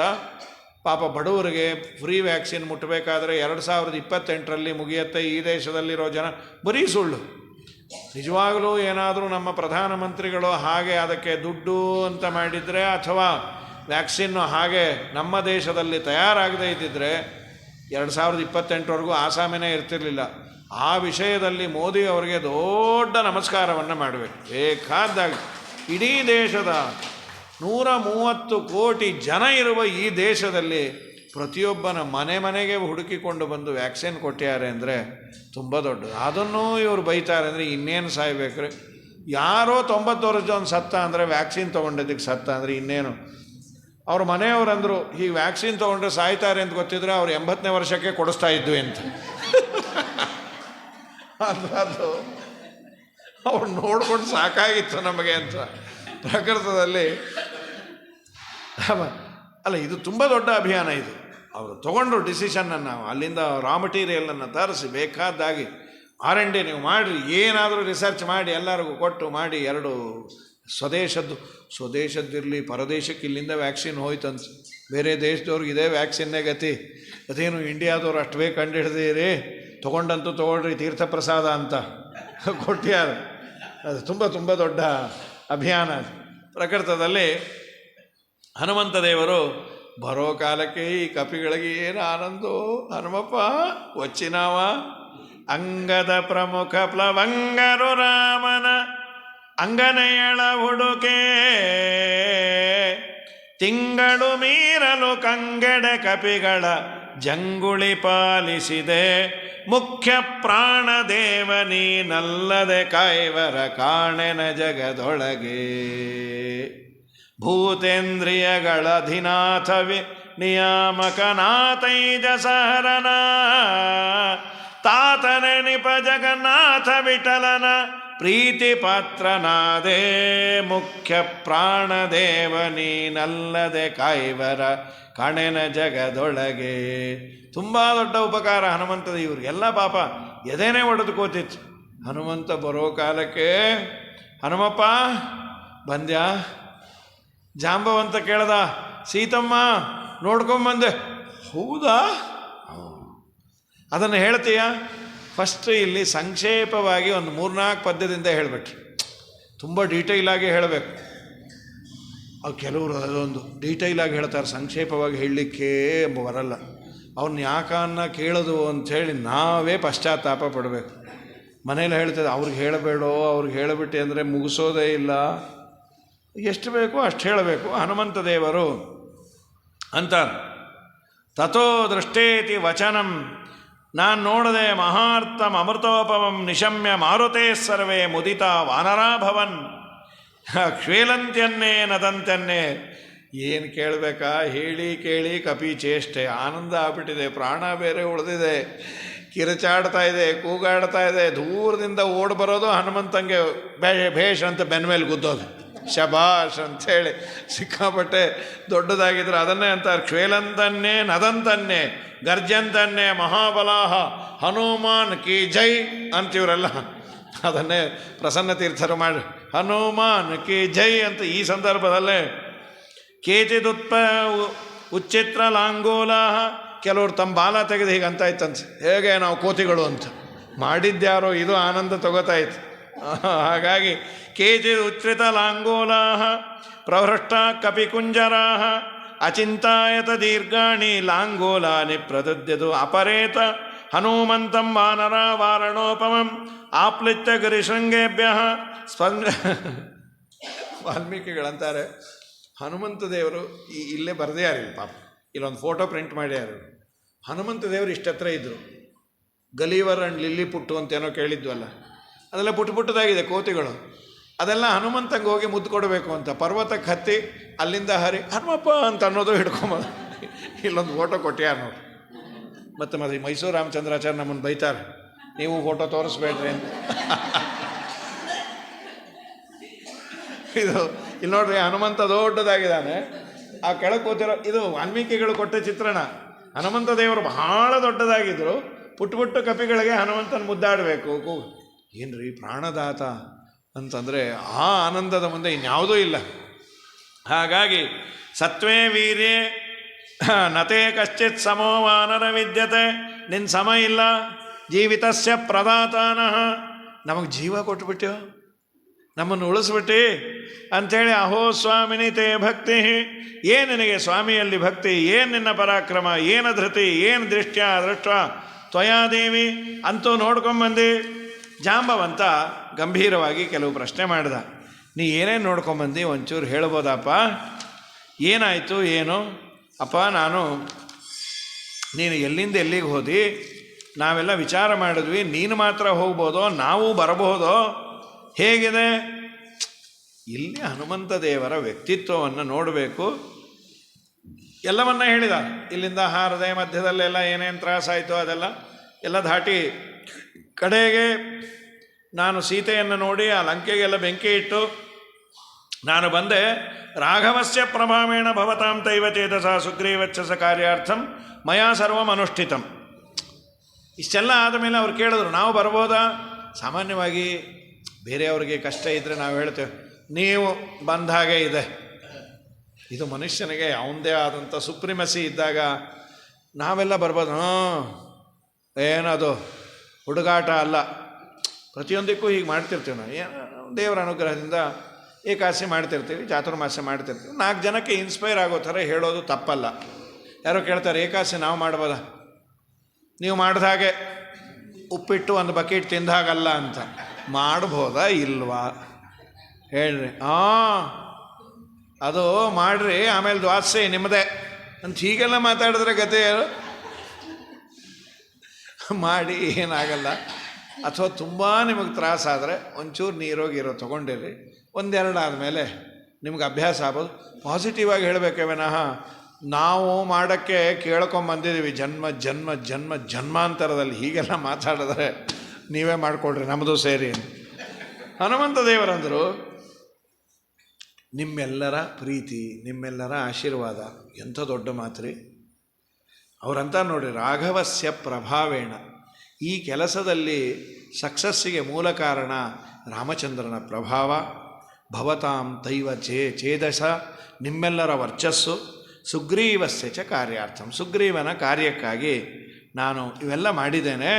ಏತತ್ಸರ್ವಂ ಮಯಾ ತತ್ರ, ಇದನ್ನೆಲ್ಲ ಮಾಡಿದೆ ಅಂಥೇಳಿ ಆದಾಗ ಅಹಮೇಕೋಪಿ ಪರ್ಯಾಪ್ತ ಸರಾಕ್ಷಸ ಗಣಾಂ ಪುರೀಂ ತಾಂ ಲಂಕಾಂ ತರಸಾ ಹಂತುಂ ರಾವಣಂಚ ಮಹಾಬಲಂ. ಇವ್ರಿಗೆ ಅಲ್ಲಪ್ಪ ರಾವಣನನ್ನು ಕೊಲ್ಲಬಹುದಾ? ಸೈನ್ಯದಲ್ಲಿ ಹುರುಪು ತುಂಬಬೇಕಾದರೆ ನೆಗೆಟಿವ್ ಆಗಿ ಎಂದು ಆಡಬಾರ್ದು. ಯಾವುದಾನ ಕಾರ್ಯಕ್ರಮ ಮಾಡ್ತೀವಿ, 1000 ಜನ ಬರ್ತಾರೆ ಅಂದಾಗ ಕಷ್ಟ, ಹೌದು, ಮಾಡಿ ನಾವೆಲ್ಲ ನಿಲ್ತೀವಿ ಅನ್ನಬೇಕು. ಅಯ್ಯೋ ಇಲ್ಲಿ 30 ಜನಕ್ಕೆ ಆಗಲ್ಲ, ಇನ್ನು 1000 ಜನ. ನೀವು ಕಾರ್ಯಕ್ರಮ ಇಟ್ಕೊಂಡ್ರೆ ಹೇಳ್ರಿ, ನಾನು ಇವತ್ತೇ ಟಿಕೆಟ್ ಮಾಡಿಸ್ಬಿಡ್ತೀನಿ. ಯಾರಿಗೆ ಅಂದರು? ಬಂದವ್ರಿಗೆ. ಅಲ್ಲ, ನಾನೇ ಊರು ಬಿಟ್ಟು ಹೊಟ್ಟೋಗ್ತೀನಿ ಅಂತ. ನಿನ್ನನ್ನು ಕಟ್ಕೊಂಡ್ರೆ ಗೋವಿಂದ. ಹನುಮಂತ ದೇವರಂದರು, ನಾನೊಬ್ಬನೇ ಅವರನ್ನು ಕೊಲ್ಲಿಕ್ಕೆ ಸಮರ್ಥ. ಇನ್ನು ನೀವೆಲ್ಲ ಬಂದರೆ ಆಗದೇ ಇರತ್ತಾ? ನೀವು ಒಬ್ಬೊಬ್ಬರು ಸಾಕು, ರಾವಣನನ್ನು ಮುಗಿಸ್ತೀರಿ. ಬನ್ನಿರಿ ಹೋಗೋಣ. ಏನು ಯೋಚನೆ. ಕಿಂಪುನಃ ಸಹಿತೋ ವೀರೈಹಿ ಬಲವದ್ಭಿಹಿ ಕೃತಾತ್ಮಭಿಹಿ. ನೀವೆಲ್ಲ ಸಾಮಾನ್ಯನ, ನಿಮಗೆಲ್ಲ ಅಸ್ತ್ರಶಸ್ತ್ರ. ಅವ್ರಿಗೆಲ್ಲ ಸಂತೋಷ ಆಯಿತು. ಹನುಮಪ್ಪಂಗೆ ನನಗೆಲ್ಲ ಬರೋದು ಗೊತ್ತು ಅಂತ. ಇನ್ನೊಬ್ಬರನ್ನು ಡಿಗ್ರೇಡ್ ಮಾಡಬಾರ್ದು. ಸಮಾಜದ ಮಧ್ಯದಲ್ಲಿದ್ದಾಗ ನಾವೇನೋ ಒಂದೇನೋ ಸಾಧಿಸಿದ್ದೀವಿ ಅಂದಾಗ ಏನೋ ನಿಮ್ಮೆಲ್ಲರ ಪ್ರೀತಿ ವಿಶ್ವಾಸದಿಂದ ಆಯಿತು ಅಂದರೆ ಕಡೆಯವರೆಗೂ ಅವ್ರು ನೆನೆಸ್ಕೋತಾರೆ. ಅದು ಬಿಟ್ಬಿಟ್ಟು ನೀವು ಮಾತ್ರ ಆಯಿತಾ, ಮತ್ತು ನಮಗೆ ಮಾತ್ರ ಆಗೋದು, ನಿಮ್ಮ ಥರ ತಿನ್ಕೊಂಡು ಕೂತಿದ್ರೆ ಆಗಿತ್ತಾಯ್ತಾ ಅಂದ್ಬಿಟ್ರೆ ಅನ್ಬಾರ್ದು. ಇದು Ramayana how to behave with the society. Even man of the match ಇವನು. ಹೌದು, ಈ ಹನುಮಂತ ದೇವರು, ಅವರು ವಾಯುದೇವರು, ಅವ್ರದ್ದೊಂದು ಕ್ಯಾಡರರೇ ಬೇರೆ. ಜನರಲ್ ಆಗಿ ಒಂದು ಯಾವುದೋ ಕ್ರಿಕೆಟ್ ಮ್ಯಾಚ್ ಆಯಿತು, ಮ್ಯಾನ್ ಆಫ್ ದಿ ಮ್ಯಾಚ್ ಅಂತ ಕೊಡ್ತಾರೆ. ಮ್ಯಾನ್ ಆಫ್ ದಿ ಮ್ಯಾಚ್ ಕೊಟ್ಟಿದ್ದಕ್ಕೆ ಕ್ಲ್ಯಾಪ್ಸ್ ಹಾಕ್ತಾನೆ. ಅದಕ್ಕೆ ಸಮೀಪ ಇರ್ತಾನಲ್ಲ, ಅವನಿಗೆ ಸ್ವಲ್ಪ ಬೇಜಾರಾಗಿರುತ್ತೆ. ನಮ್ಮನ್ನು ಕನ್ಸಿಡರ್ ಮಾಡ್ಬೋದಾಗಿತ್ತು. ಯಾಕೆ? ಅವನಿಗಲ್ವ ವಿಕೆಟ್ ಬಂದಿದ್ದು. ಅವನು ವಿಕೆಟು ಬಂದಿದ್ದು ಅಂದರೆ ಅವನು ಜೋರಾಗಿ ಹೊಡೆದ ಕ್ಯಾಚ್ ಹಿಡಿದಿದ್ದು ನಾವಲ್ವಾ. ನಾವು ಕ್ಯಾಚ್ ಬಿಟ್ಬಿಟ್ಟಿದ್ರೆ ಮ್ಯಾಚೇ ಅವ್ರಿಗಾಗ್ತಾಯಿತ್ತು ಅಂತ ಹೀಗೂ. ಸೊ ಹನುಮಂತ ದೇವರಂದ್ರು ಯಾರಿಗೂ ನೋಯಿಸಬಾರ್ದು. ಮಂದರೋಪಿ ವಿಶೀನೇತ ಕಿಂ ಪುನರ್ಯುಧಿ ರಾಕ್ಷಸಾಹ. ನೀವೆಲ್ಲ ಸೇರಿದ್ರೆ ಮಂದರ ಪರ್ವತವನ್ನೇ ಪುಡಿ ಮಾಡ್ತೀರಿ, ನಡೀರಿ ಎಲ್ಲರೂ ಹೋಗೋಣ. ಏನು ಆನಂದ. ಇವರೆಲ್ಲ ಕೇಳಿದ್ರು, ಹನುಮಪ್ಪ ಈ ಒಂದು ಸುಸಂದರ್ಭದಲ್ಲಿ ಸೀತೆಯನ್ನು ನೀನು ಹುಡುಕಿಕೊಂಡು ಬಂದ ಸಂದರ್ಭದಲ್ಲಿ ನಮಗೊಂದು ಮಡಿಯಲ್ಲೇ ಐಸ್ ಕ್ರೀಮ್ ಪಾರ್ಟಿ ಆಗಬೇಕು. ಮಡಿದು ಅದ್ಯಾವುದದು ಮಡಿ ಐಸ್ ಕ್ರೀಮ್ ಪಾರ್ಟಿ? ಅದು ಸುಗ್ರೀವಂದು ಒಂದು ವನ ಇದೆಯೋ, ಮಧುವನ ಅಂತ. ಇದುವರೆಗೂ ನಮ್ಮನ್ನು ಹೋಗೋಕ್ಕೆ ಬಿಟ್ಟಿಲ್ಲ ಪಾಪಿ. ಅದು ಪ್ರೈವೇಟ್. ಇದು ಕೆಲವೊಂದು ಏನಂದರೆ ಎಲ್ಲಿ ಹೋಗಬೇಡ ಅಂದರೆ ಅಲ್ಲಿ ಹೋಗಲೇಬೇಕು ಅನ್ನೋ ದೀಕ್ಷೆ ಇರುತ್ತೆ. ನೀವು ಹೆಚ್ಚಿಂದ ಏನೂ ಮಾಡೋದು ಬೇಡ. ಮನೆಯಲ್ಲಿ ಒಂದು ಪಂಚಿತ್ರೆ ಮೇಲೆ ಒಂದು ತಾಂಬಾಣ ಮುಚ್ಚಿ ಹಿಂದೆಲ್ಲ ಬರೆಯೋರು ರಂಗೋಲೆಯಿಂದ ಮಡಿ ಅಂತ ಬರೆದು ಬಿಡ್ರಿ. ಅದನ್ನು ಮುಟ್ಟೋವರೆಗೂ ಕ್ಯೂರಿಯಾಸಿಟಿನೇ, ಏನಿದೆಯೋ ಏನಿದೆಯೋ ಏನಿದೆಯೋ ಏನಿದೆಯೋ. ಕಡೆಗೆ ಅವನು ಸ್ನಾನ ಮಾಡ್ಕೊಂಬಂದು ತೆಗೆದು ನೋಡ್ದ, ಏನಿಲ್ಲ, ಅಯ್ಯೋ ಏನಿಲ್ಲ ಅಂದ. ಇಂಥ ದೀಕ್ಷೆ ಇರುತ್ತೆ. ಯಾವುದನ್ನು ಮಾಡಬೇಡ ಅಂದರೆ ಅದನ್ನು ಮಾಡಲೇಬೇಕು ಅನ್ನೋ ದೀಕ್ಷೆ ಇರುತ್ತೆ. ನಾವೆಲ್ಲ ಮಧುವನಕ್ಕೆ ಹೋಗ್ತೇವೆ, ಅವಶ್ಯ ಹೋಗಿ ಬನ್ನಿ. ಅಲ್ಲ, ಅಲ್ಲಿ ಮತ್ತೆ ಸೆಕ್ಯೂರಿಟಿ ಇರತ್ತಲ್ಲ, ಅವನು ಸುಗ್ರೀವನ ಸೋದರ ಮಾವ ದಧಿಮುಖ ಅಂತ. ನೀವೇನು ಅವನು ಕೇರೆ ಮಾಡಬೇಡ್ರಿ ಅಂದ್ರೆ ಅವ್ರಿಗೆ ಏನು ಆನಂದವೋ. ಎಲ್ಲ ಕಪಿಗಳು ಬಂದು ದಧಿಮುಖ ಅಂದ, ಏನಿದು? 2 ಕೊಟ್ರ ಅವನಿಗೆ. ಏನಿದು? ಏನೂ ಇಲ್ಲ. ಏನು ಸ್ವಾಮಿ? ಆಯಿತು, ಇನ್ನು ಮುಗಿಸೇ ಬಿಡ್ತೀವಿ. ಹನುಮಂತ ದೇವ್ರು ಬಂದಾಯಿತು. ಆಯ್ತಾಯ್ತು. ರಾಮನಿಗೆ ಚೂಡಾಮಣಿಯನ್ನು ಕೊಟ್ಟರು. ತಗೊಳ್ಳಿ. ಹಾಗಾಗಿ ರಾಮ ಅಲ್ಲಿಗೆ ಎಲ್ಲ ಕಪಿಗಳು ಬಂದ್ಯಾರೆ. ಚೆನ್ನಾಗಿ ಅದನ್ನೆಲ್ಲ ಹಾಳು ಮಾಡಿ, ಹಲಸಿನ ಹಣ್ಣು, ಜೇನುತುಪ್ಪ ಎಲ್ಲಕ್ಕಿನ್ನ ಮುಟ್ಟಬೇಡಿ ಅಂಥದ್ದನ್ನೆಲ್ಲ ಮುಟ್ಟು ಹಾಳು ಮಾಡೋದಲ್ಲ. ದಧಿಮುಖ ಬಂದು ಹೇಳ್ದ, ಸ್ವಾಮಿ ನಿಮ್ಮ ಪ್ರೈವೇಟ್ ವನ ಎಲ್ಲ ನಾಶ ಆಗ್ತಾ ಇದೆ. ನೋಡಿ, ಒಂದೇ ಇನ್ಸಿಡೆಂಟ್. ಅಶೋಕವನ ನಾಶ ಆದಾಗ ಅವನು ಆ ಕಪಿಯನ್ನು ನಾಶ ಮಾಡಿ ಅಂದ. ಸುಗ್ರೀವನ view of thinking and way of thinking ಎಷ್ಟು ಚೆನ್ನಾಗಿದೆ. ಸುಗ್ರೀವ ಅಂದ, ನನ್ನ ವನ ಎಲ್ಲ ಕಪಿಗಳು ನಾಶ ಮಾಡ್ತಾ ಇದೆಯಾ, ಹಾಗಾದರೆ ಸೀತಮ್ಮ ಸಿಕ್ಕಿದ್ಲು. ಅದೇಗೋ?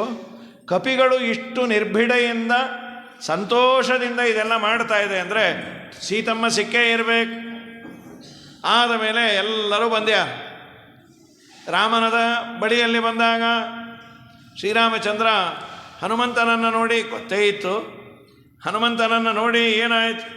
ಅವರು ಬಂದು ಚೂಡಾಮಣಿಂ ಪವನ ರಾಮಂ ಸೋನೇಶ್ವರ ಮಗಣ್ ವಿಲಂಗ ರಾಮಂ ಸೋನೇಶ್ವರ ಮಗಣ್ಯ ಗುಣಾಭಿರಾಮಂ ಸಂಪ್ರಾಪ್ಯ ಸರ್ವ ಕಪಿವೀರವರೈ ಸಮೇತಃ ಚೂಡಾಮಣಿಂ ಪವನಜ ಪದಯೋರ್ನಿಧಾಯ ಸರ್ವಾಂಗ ಕೈ ಪ್ರಣತಿಮಸ್ಯ ಚಕಾರ ಭಕ್ತ್ಯ.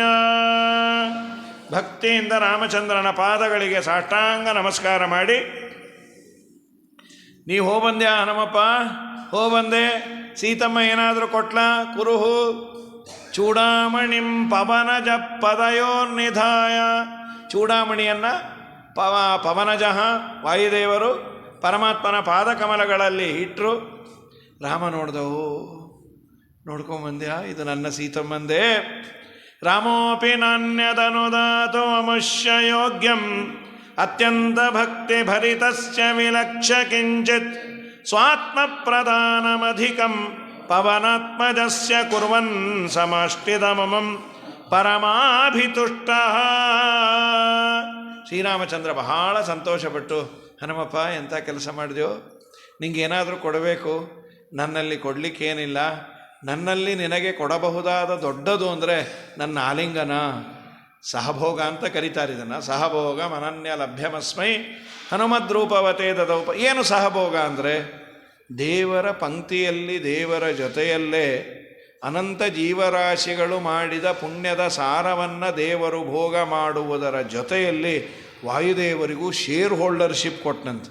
ಇದನ್ನು ಸಹಭೋಗ ಅಂತ ಶ್ರೀಮದಾಚಾರ್ಯರು ನಿರ್ಣಯದಲ್ಲಿ ಬರೀತಾರೆ. ಬ್ರಹ್ಮ ಪದವಿ ಅಂತಾನು ವಾದರಾಜ ಸ್ವಾಮಿಗಳು ಅಂತಾರೆ. ಹೀಗಾಗಿ ಸಹಭೋಗಂ ಸುಮಧ್ವಿಜಲ್ ಸಹಭೋಗಂ ಅನನ್ಯ ಲಭ್ಯಮಸ್ಮೈ ಹನುಮದ್ ರೂಪವತೇ ತದೌ ಪುರಾಹಿ. ಹನುಮಂತನಿಗೆ ಕೊಟ್ಟ ಆಲಿಂಗನ, ಆಲಿಂಗನ ಅಂದರೆ ಬರೀ ಆಲಿಂಗನ ಅಲ್ಲ, ಅದು ತುಂಬ ದೊಡ್ಡದು. ರಾಮಚಂದ್ರ ಕೊಟ್ಟು, ಹನುಮಪ್ಪ ಎಂಥ ಕೆಲಸ ಮಾಡಿದೆ ಸ್ವಾಮಿ, ಹಾಗೆಲ್ಲ ಅನ್ಬೇಡ್ರಿ, ಇದೆಲ್ಲ ಮಾಡಿದ್ದು ನೀವು, ಕ್ರೆಡಿಟ್ ಮಾತ್ರ ನಂದು, ಅದಕ್ಕೆ ನಿನ್ನನ್ನು ಮೆಚ್ಚೋದು ಅಂದರು. ಹನುಮಂತ ದೇವರು, ಸ್ವಾಮಿ ಪೂಜೆ ಎಲ್ಲ ಮುಗೀತು, ಇನ್ನು ಸ್ಮೃತ್ಯ ಹೇಳ್ಬೋದಾ? ಆಯ್ತು, ಸ್ಮೃತ್ಯ ಚನಾಮೋಕ್ತಿ ಅಂತ ಸಾಗರವನ್ನು ದಾಟಿ ಕೆಲಸ ಮುಗಿಸಿ ಶ್ರೀರಾಮನಿಗೆ ಸೀತಾಪತೆ ಶ್ರೀರಾಮಚಂದ್ರ ಸ್ವಾಮಿನೇ ನಮಃ ಅಂತ ಅರ್ಪಣೆ ಮಾಡಿದ್ದಾರೆ. ಸುಂದರಕಾಂಡ ಶ್ರವಣ ಮಾಡಿದಾಗ ಇಲ್ಲಿ ಎಲ್ಲರಿಗೂ ಸಂತೋಷ ಬಂದಿದೆ. ಸೀತಮ್ಮನಿಗೆ ಸಂತೋಷ, ಕಪಿಗಳಿಗೆ ಸಂತೋಷ, ಹನುಮಂತ ದೇವರಿಗೆ ಸಂತೋಷ, ಶ್ರೀರಾಮಚಂದ್ರನಿಗೆ ಸಂತೋಷ. ನಿಮ್ಮ ಜೀವನದಲ್ಲಿ ಕಷ್ಟ ಕಾರ್ಪಣ್ಯಗಳಿದ್ದಾಗ ಸುಂದರಕಾಂಡದ ಪಾರಾಯಣವನ್ನು ಮಾಡಿದಾಗ ದೇವರು ಅದನ್ನು ದೂರ ಮಾಡಿ ಈ ಎಲ್ಲ ಹರ್ಡಲ್ಸು ಇದೇ ಥರದ್ದು ನಿಮ್ಮ ಜೀವನದಲ್ಲಿ ಇರ್ತಾವೆ. ಇದನ್ನೆಲ್ಲ ಬದಿಗೆ ಹೋಗುವಂತೆ ದೇವರು ಮಾಡಿ ನಮಗೂ ಒಳ್ಳೆಯ ದಿನವನ್ನು ದೇವರು ಕೊಡ್ತಾನೆ ಅಂತ ನಮ್ಮ ಹಿರಿಯರ ನಂಬಿಕೆ.